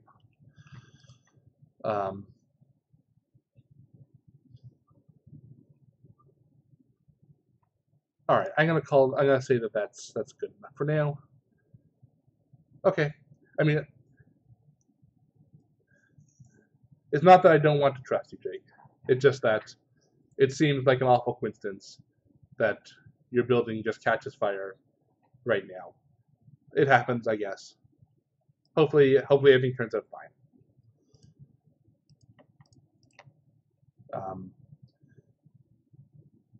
I also can't do anything about that, Jake. So, like,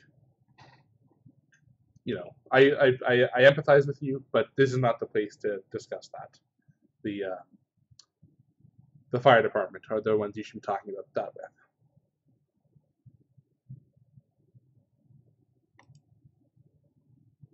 Your brother was making eggs and set the house on fire. That's not great. Fire safety is no joke, people. You need to make sure that you're always being safe. In any case, I have tooltips here. I'm not liking the fact that they cover everything up. All right, you know we're gonna do one more thing. I just thought about this. We can add another. Well, okay. I hope your brother has learned from this experience. What I'm going to do is add an icon here. To get the tooltip, you have to mess over the icon, not just the whole thing. That's what we're going to do next. And then I think that'll be it for that part.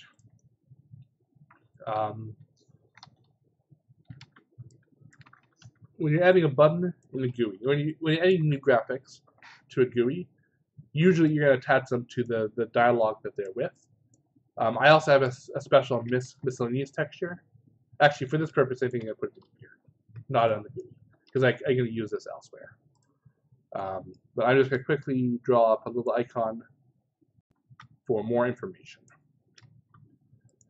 And it's going to look like that. It's going to have a white line, I think. Let's make that 1 pixel on the inside. Pardon me. I was about to sneeze. I hate that. That didn't happen. Hello, Pokepine. And then inside this icon, we're going to put I'm going to put an eye. And that's a very big eye. This should be like 6 point.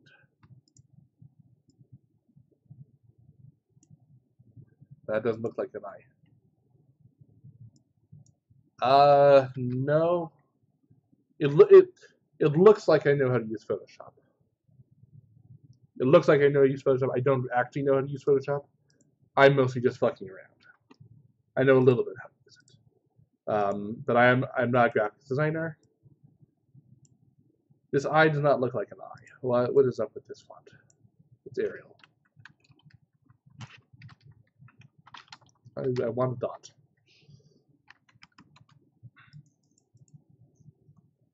Let's get a different font here.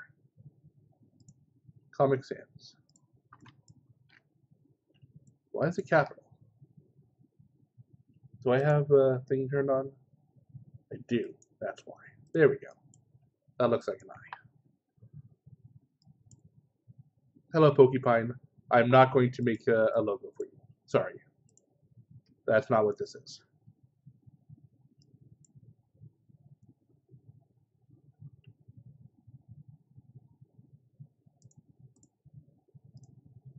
This doesn't look like an eye again.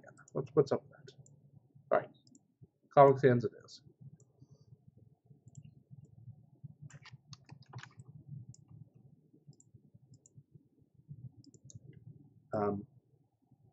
I hope your brother is learning to be a little more careful in the kitchen.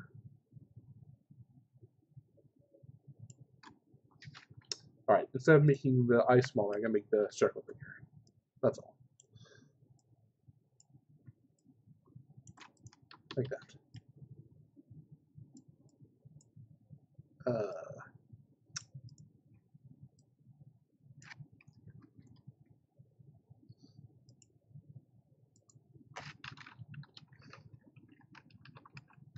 There. Perfect. Done. And we'll put that up here for now.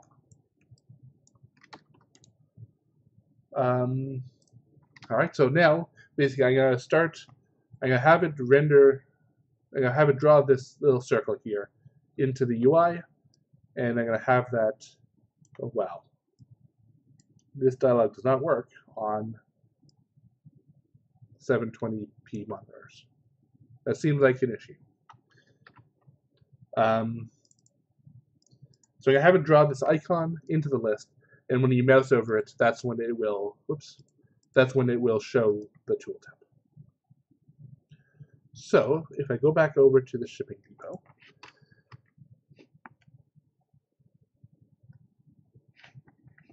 yeah, I mean, I would be scared too if my house caught on fire. I'm going to go ahead and assume that your parents are not around at the moment. I don't know anything about your situation, but you know, you should probably let them know what happened. So we have that. We have that.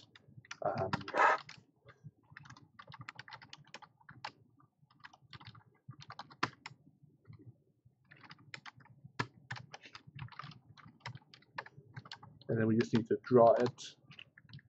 Draw texture part. So this guy lives at 80 by 0, x 80, y 0. Width is 10, height is 10. Tile. Is this the right method? It is.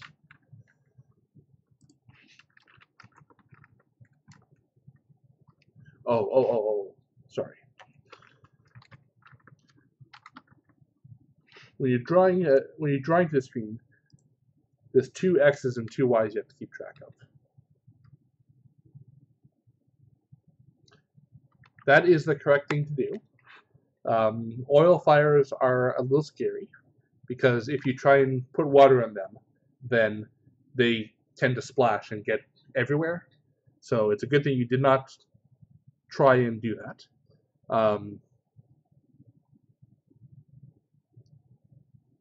Yeah, at this point you should wait for the fire department to let you know what's going on. Unfortunately, there's not much I can do to help with that.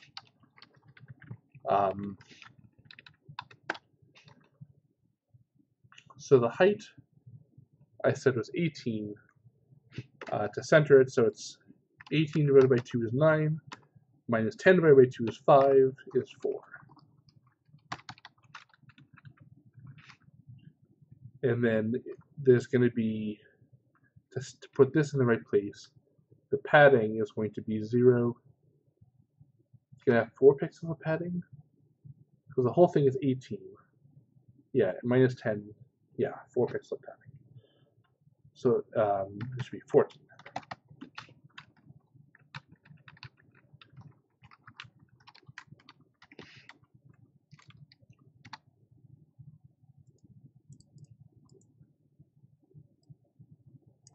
And let's see how that actually. Then, well, I'm here.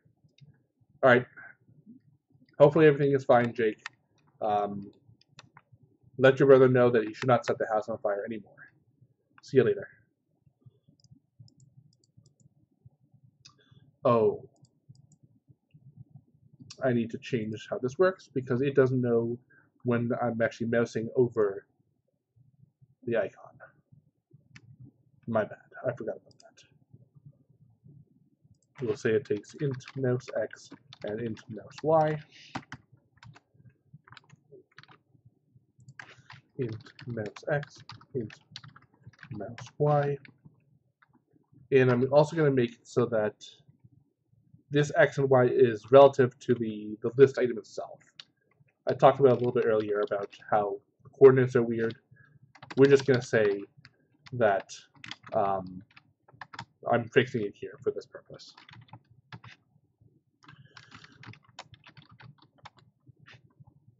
And so I know that we're drawing at. Oh, it doesn't know the width either.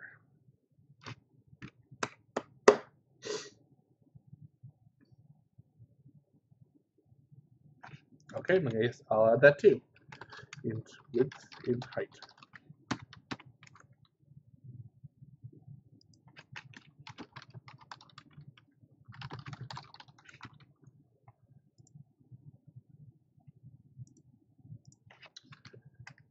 So the x is width minus 14, height, y is 4, width is 10, height is 10.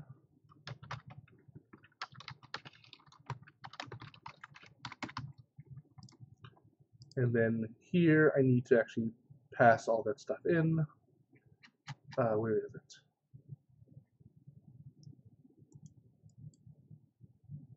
Oh, right here. Mouse x minus this dot x minus 1, mouse y minus this dot y minus 1. That's not right. The actual thing I need to pass is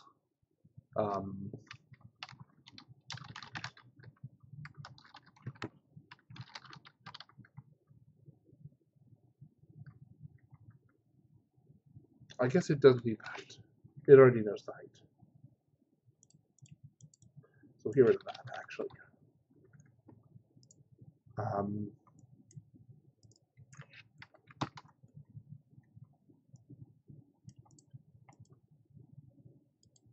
I need to figure out the real y,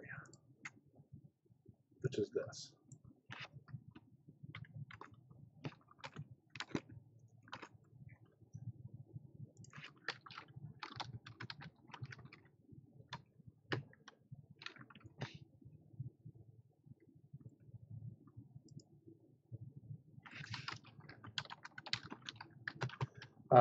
So basically, what's going on right now is that the item height.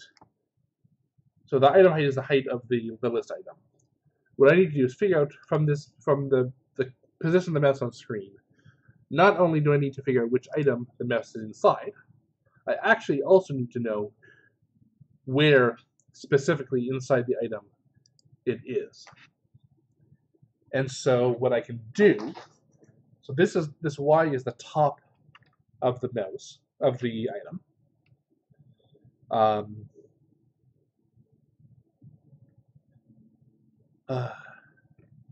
I think what I can do is subtract mouse y, subtract this from mouse y, and I think that'll give me the actual y value I need.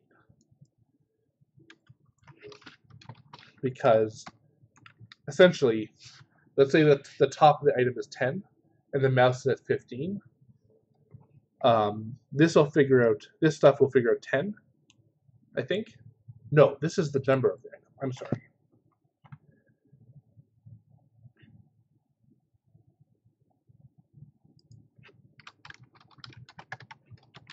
There. That I'll figure at the top of the item.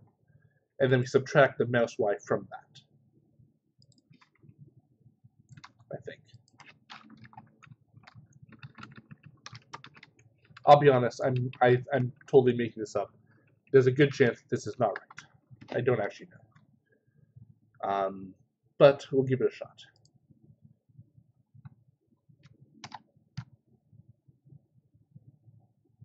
Let's see how it works. Maybe it won't work. Maybe it will.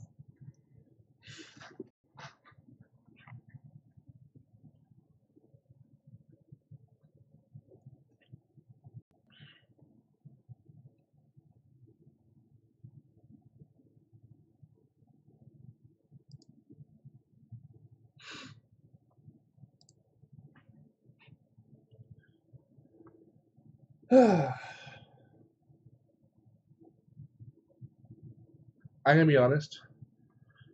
I'm not, in spite of the fact that I've written probably 1,000 lines of GUI, of UI related code, I actually don't like writing UI code because it's also visual, and if you get it wrong, not only does it not necessarily work right, but also doesn't look right, and it's hard to use, or it can be hard to use, which isn't great. I would much rather that it work. I like writing backend stuff because you don't have to worry about what it looks like. It just needs to work. Unfortunately, video games are usually all about how things look and how things work. So, it's a necessary evil.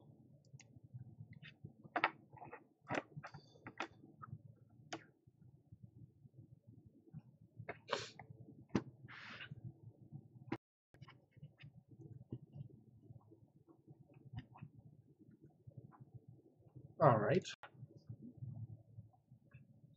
So here's our icon of a drawing, and that looks like garbage. So I'm probably gonna have to fix that icon. Additionally, this hitbox is not correct.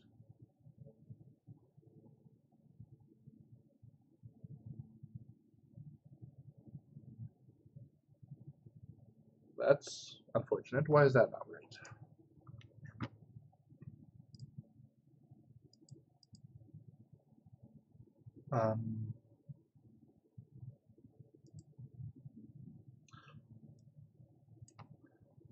I'm going to do another trick,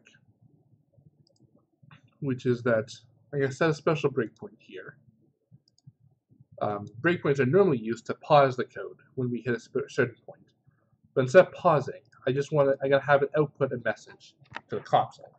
I'm going to ask it what the coordinates are that it received. And so you can see down here that I'm pointing at the screen now. You can't see it, but in the lower left corner of the screen there, you can see that it's printing out numbers. And the numbers appear to be correct.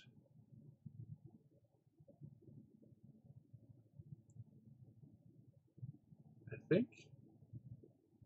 No, not really. They are wrong, because I'm clearly messing with the top one, but it's saying the Y is 1. So there is something wrong. Let's see if we can figure out what it is.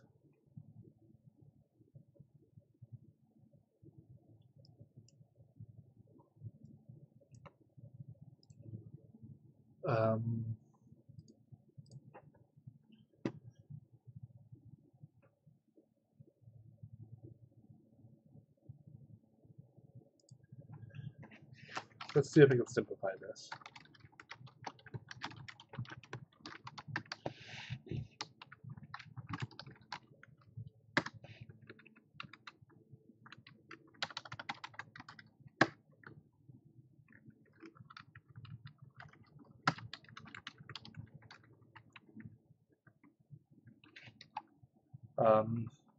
The main change I made there was that I'm now also subtracting this dot y.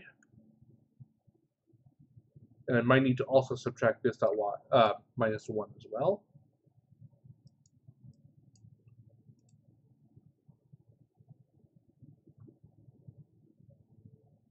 Yeah, I think I do.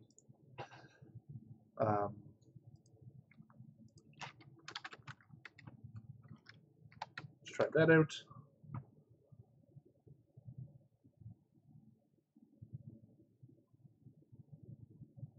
I should say 0, not 1. And the x is also weird. No, the x is right, because that is definitely 0. And the width should be like 161 or something like that, or 158, 151. I think that's right.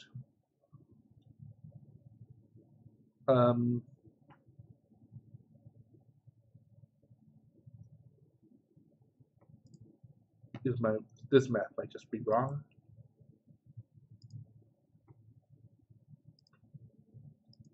Or the width might be wrong. Let's actually add width as well.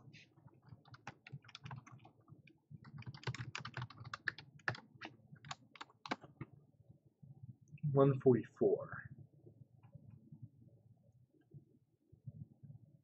But clearly that's not true because the width, I'm already hitting 150. So how can the width be 144?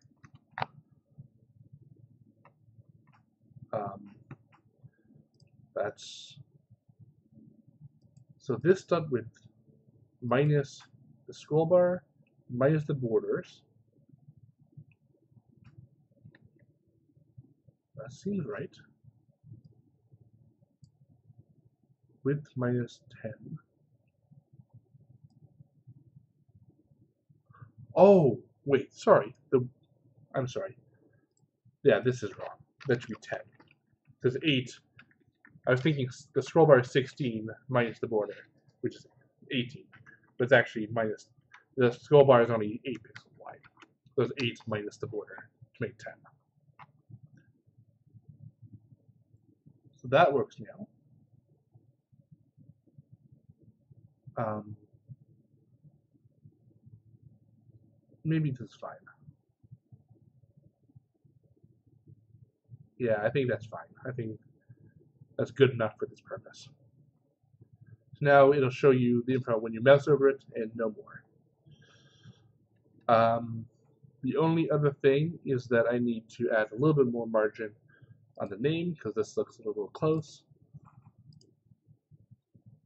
So when we draw it, so first off, let's get rid of that because that's done. We'll draw the text at 20. How's that? There we go. Much better. All right. This scroll bar functionality is not super great. It's a little slow. That's fine. Yeah, that seems pretty good. I'm going to call that done for now. Make sure this is saved. Yeah, it's saved.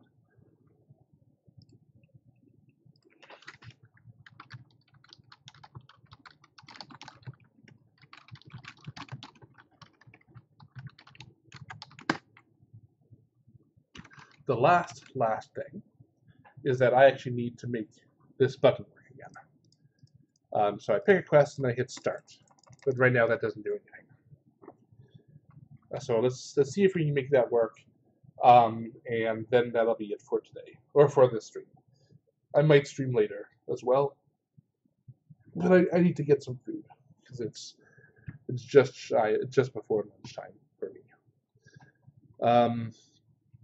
So I mentioned earlier that using us when you're responding to user events, things are weird with packets and client server stuff. So there's a lot of stuff to do here, I think. Before, when I had this start button, this used to just generate a random quest, and so the only thing I cared about was the fact that somebody pushed this button, and I don't actually care about I don't need to know anything else. I don't need to know button is pressed. But now, I also need to know which quest was picked by the user. Also, now that I'm thinking about this, this button should not be disabled, should not even be enabled until the user picks a quest. So right now, I shouldn't be able to click it because nothing is selected. Let's do that first because that's easier to do.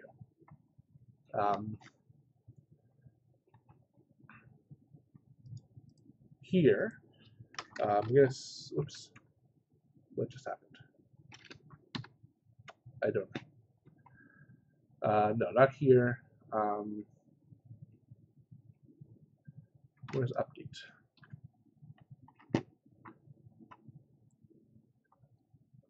Maybe update screen. Yeah. All right, update screen. If no quest group is visible, then we'll say that button new quest button dot set enabled quest selected quest does not equal null. So all this is saying is that as long as there's no quest picked, then right, I need to restart.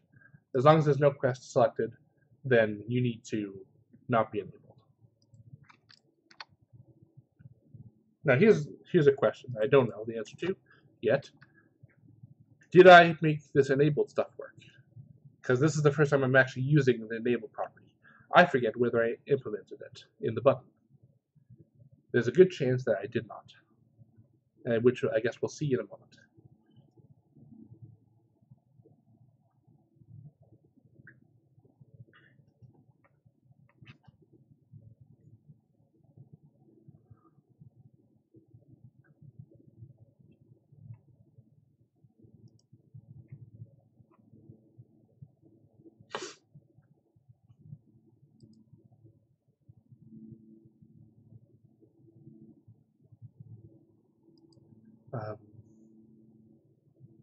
Whoops.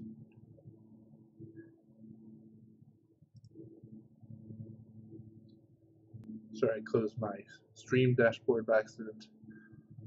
Not a big deal. Oh, why is it? I have a little stream preview in the corner here, and it's rendering at full 720/60, which is weird because it's a preview. And I'd really rather it only rendered at like something small.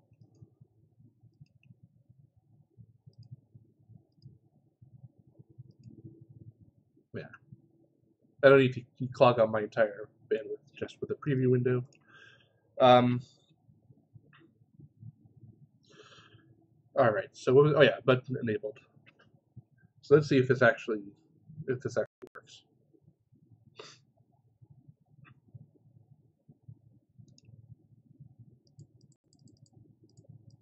Well, it's not clicking. It doesn't click anyway. All right. Well, that's fine. Let's see if we can quickly add that.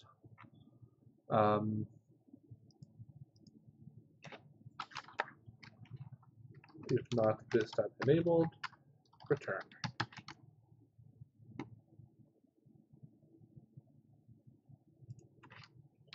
If not this dot enabled, this dot state equals dot state equals state dot normal. Otherwise, do all this.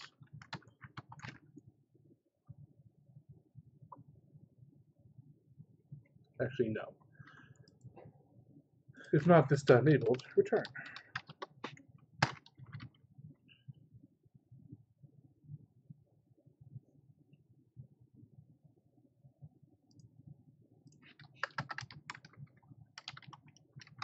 Not enabled state equals state dot. I'll do that here so that it always catches it.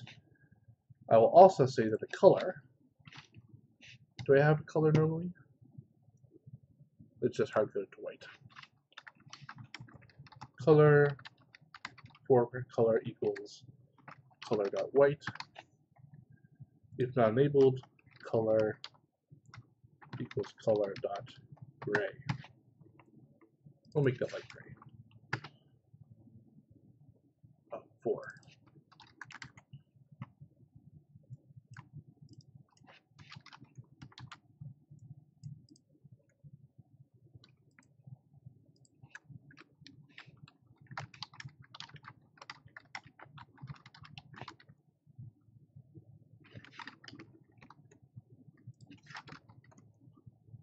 Alright, so that should do the trick. Oops, forgot a semicolon. Alright. Yeah, there we go. Cool. That works. That works well. So quickly, let's add that. Make the button respect the enabled flag. Cool. All right, now the hard part, which is making this actually behave properly. I have a system. I've implemented a system to make this a little easier, or at least a little, easier, I guess is correct. I have a special message that's used specifically for sending messages from the client to the server, the C to S message. And basically, the analogy you should think of here is that you're sending a letter. Whenever I click the button here, I want to send a message to the server saying that the user clicked the button. And so normally, I just have a message for GUI button that literally says a thing was clicked.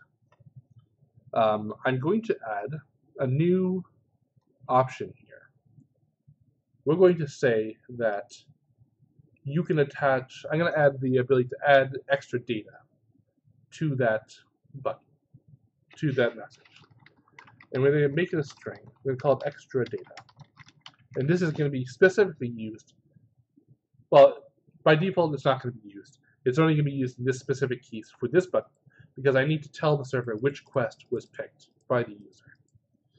And so that we're going to put the ID of this quest into the message, into this extra data here. And so, pardon me, for GUI button, we're going to add extra data here, string extra data, ret.extra-data equals extra data. And for compatibility, we're going to add a new version of this method that does not have that, but which calls the version that does.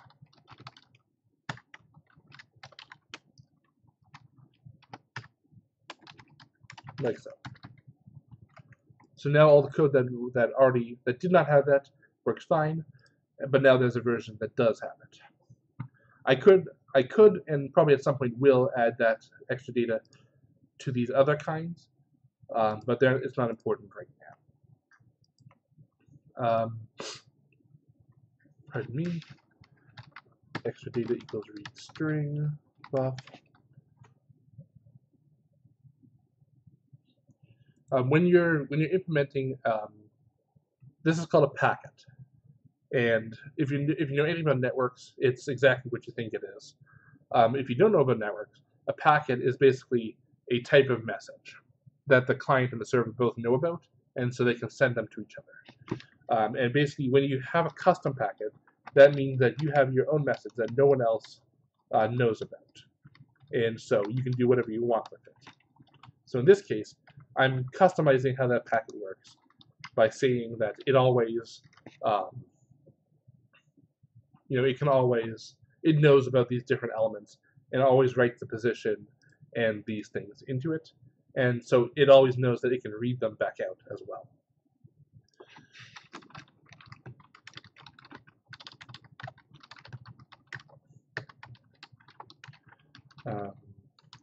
Just adding an accessor. Boop, boop, boop, boop. Does this handle null correctly? it does not. Okay. So, because it's possible for this string to be null, what we're going to do is say that if string equals null, we're going to write an empty string. That's technically not the same as writing null, but you know, it's difficult to deal with null and also a string, is what I'll say, for various reasons.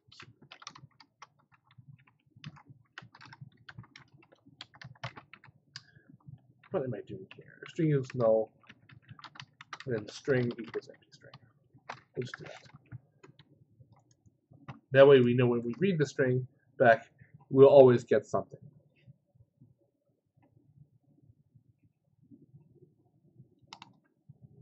Then in here, when we handle that, we will forward GUI button, and then we'll add here a selected quest.id. We'll double check that selected quest is not null before we do this, because otherwise we might crash, which would be bad. This is the method that gets called when you do click on the button, as you know, suggested here. We're actually interesting. I'm not actually checking to see what button is being clicked. Am I? Oh no, I am. But now I actually care. Okay, so if event.id equals GUI of new quest, then we're going to do this. Otherwise, we'll just treat it like any other button. So this is there's a bunch of buttons on this form, and most of the time, like previously, it was just, again, is the button clicked, and that's easy to automatically generate code for. Now I only care about this extra data when it's the new quest button. So we're going to put that in there right now, a special case. And then the last thing is, I actually need to change this here. Handle GUI string is part of here. String extra data. We'll add that there. We'll add message.get extra data. And now we need to add an extra parameter to a bunch of places. I guess not a bunch of places, just a handful of places.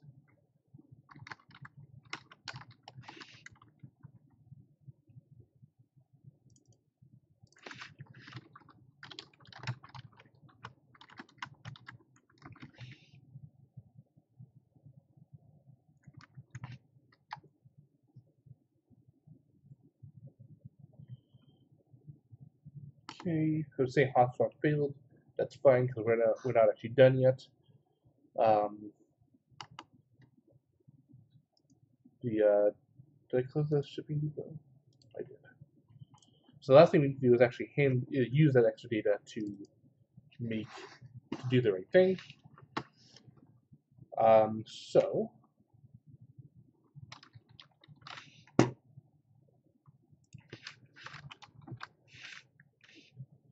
This roll new work order function is basically just a wrapper to help me generate a new quest. Oh, handle GUI button.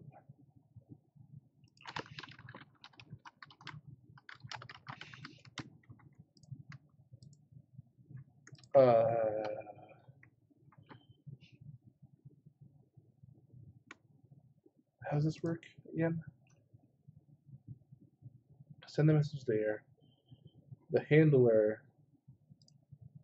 receives the message, sends it to the tile entity. Yeah, tile entity handle GUI string. Oh, I'm sorry. This is wrong. Handle GUI string is not the right method. It's GUI button. I'm dumb. I was not paying attention.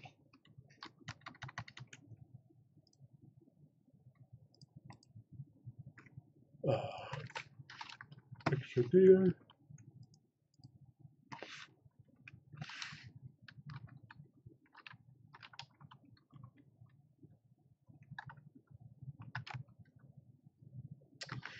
This reroll quest also doesn't make sense anymore. So I'm going to comment that out for now until I figure that out, which will be later. Roll new work order now needs to expect. It basically needs to do this quest locked bit.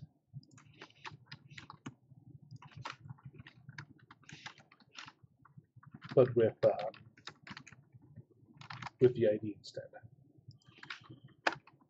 And if for some reason the thing that the client says is not real, then we'll just randomly make a new quest because, or actually we should do nothing. Yeah, actually we're not going to do that. We'll say that if the client is invalid, then the client is invalid.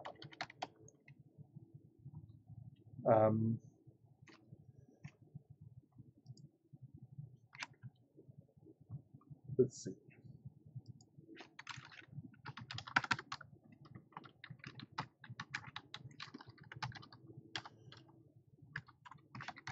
The automatic quest generation button does still work in this model, so that's fine. Alright, now what else did I break by doing this? Yeah, this. Oops.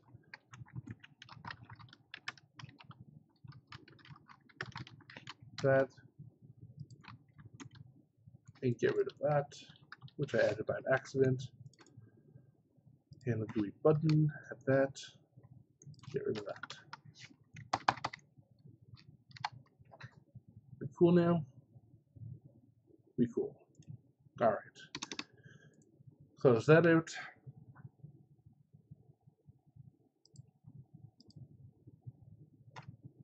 And fire it up again. And let's see what happens.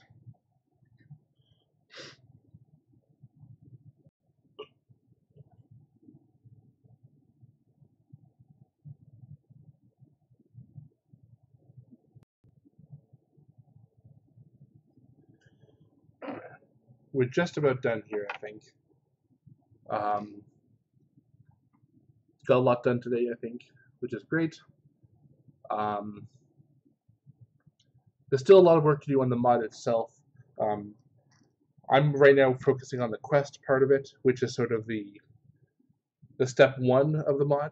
There's a step 2, which is that once you have stuff, when you've completed some quests, you'll have some money to spend on upgrades. And I have not done anything on that. So I need to figure that out still. But it's we're making progress incrementally. It's really getting hot out again. Oops.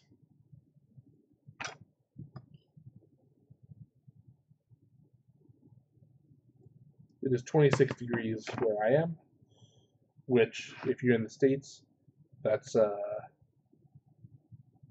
not 26 degrees. It's 78 degrees where I am in Fahrenheit, which is pretty warm. Not like deep south warm, but for Canada, it's pretty warm. And it's almost September. Like the temperature should start to be going down soon. I hope. All right, so that's still not doing anything. So I want to pick the egging quest, hit start, and nothing happens. All right, let's see what is not happening.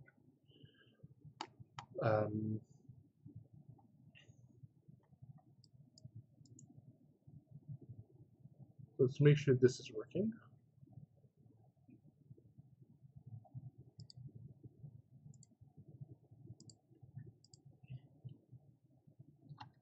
So it sees that, it sees the selected quest, It is creating the message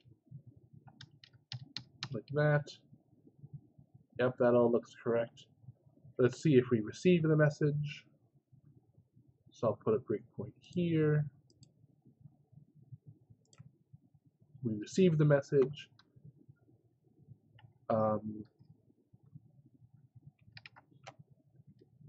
We receive the message, and we're handling it. Extra data is null. Why is extra data null?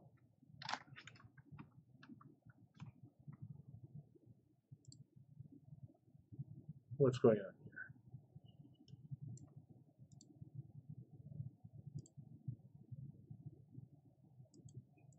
Well, that's not good. Why is extra data null? Did I forget to deserialize it? Oh, I did. I did forget to, or I made the same mistake here as I did with the other one. The extra data belongs under the button, not under the string. That's why. My bad. But not a big deal. We can hot swap that in and try again. So we clicked, yeah. Message, extra data. There we go. Cool.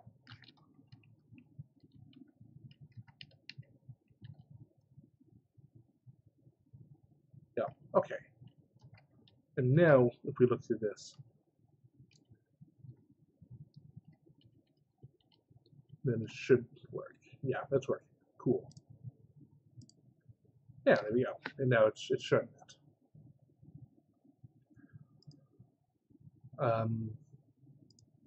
Oops.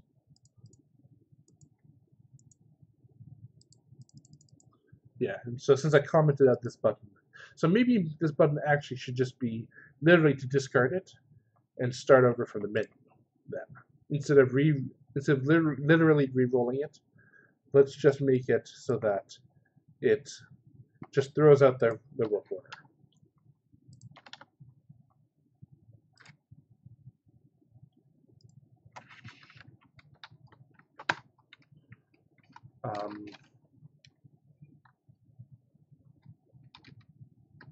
Hello, Craig. I am making a Minecraft mod, as it says in the description. This mod is still heavily in production, so it's not ready to be played or anything. But I'm basically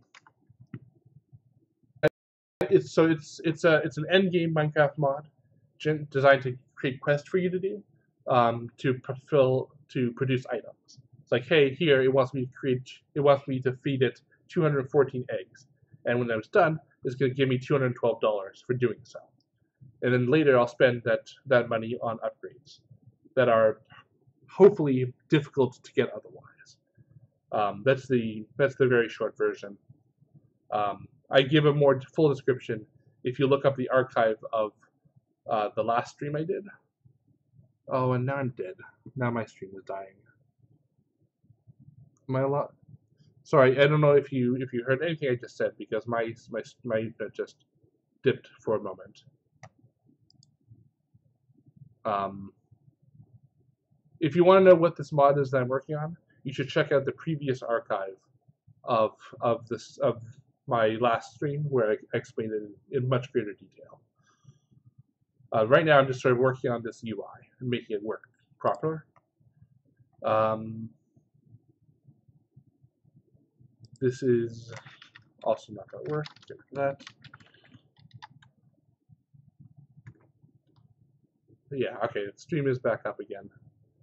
Sorry if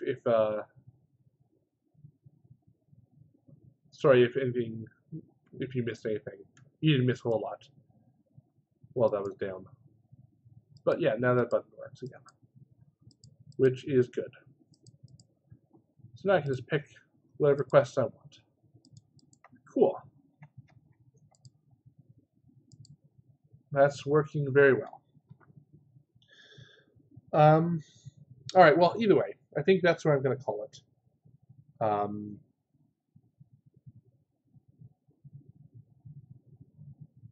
Are you guys seeing that with the button? That's really weird. Why is that happening?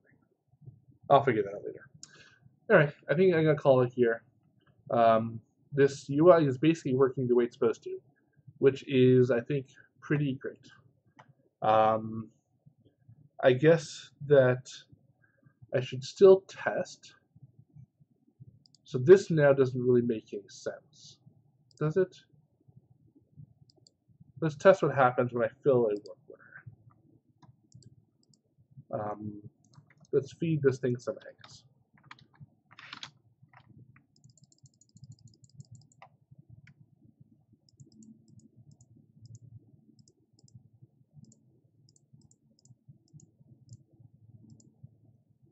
Okay, yeah, so that still works. It generates a new egg quest like it's supposed to. Okay, yeah. So this button then doesn't make any sense. I should get rid of it then. Let's do it. Let's finish off by getting rid of that button and cleaning it up, cleaning up the UI, since it's no longer necessary.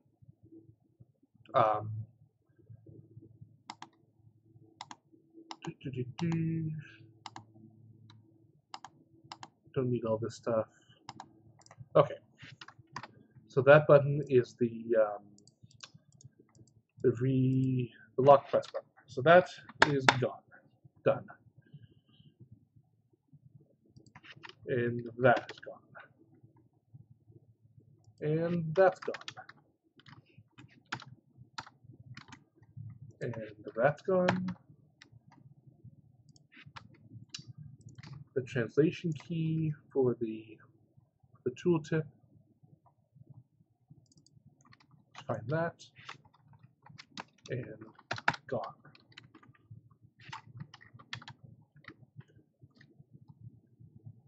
Boop, boop, boop. And then I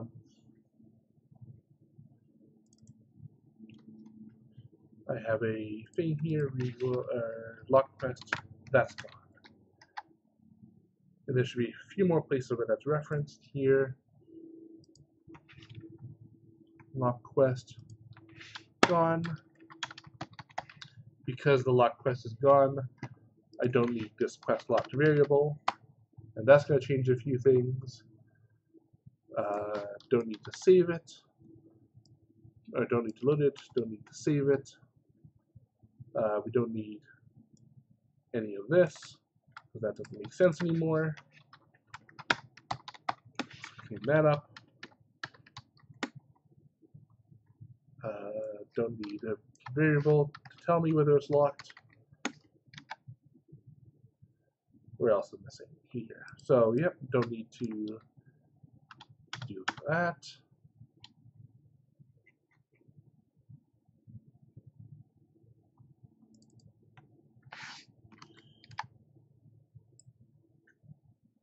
All right. The last thing is to get rid of that button, or to fix the button here. So put this back into active state. So this is what the GUI looks like when it's producing. So this guy is gone. It's just these two, and let's center those. We can make them a little further apart. Like that. How's that look?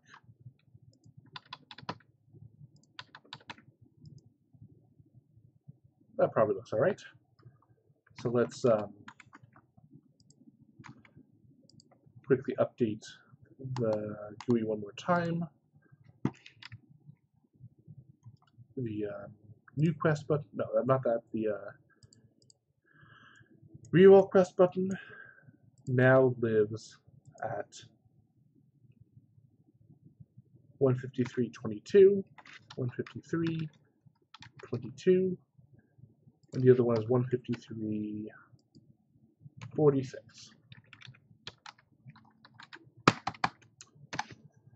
And with that, we should be done. Let's let's take one last peek at it and see if that's the case.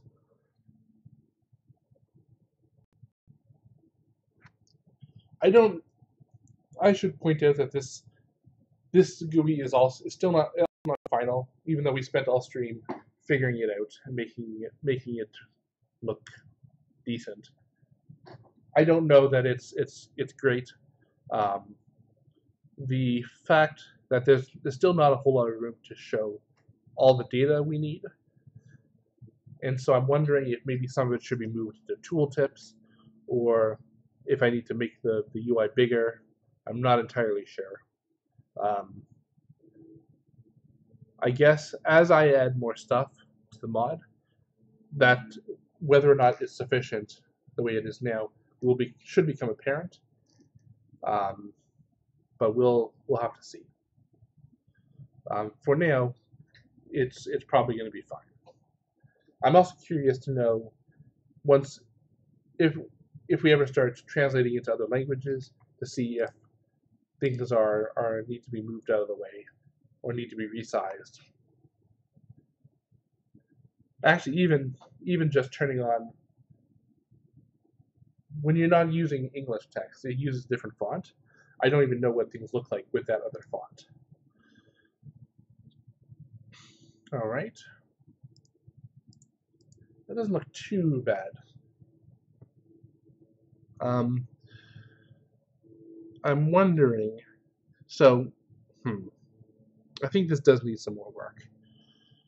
And the reason for that is because there's a different version of this GUI that is for Liquid, or there will be a version someday that's for liquids rather than items, and that has a big tank, that has like a big fluid UI here. But I'm thinking that I need to, and that's why there's all this extra space in the middle here. I'm thinking maybe I should get rid of that as well. I don't know. We'll figure that out later.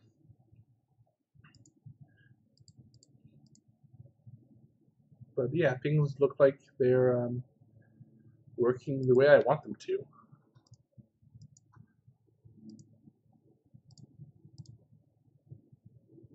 Let me just make 3,171 cakes to test this. And actually, no, I'm not going to do that. All right. Well, thanks everyone for joining me. I might stream again later this evening. We'll see what happens. Yeah. I hope everyone has a wonderful day and that their kitchens do not catch on fire. Talk to you guys later. Stopping the stream.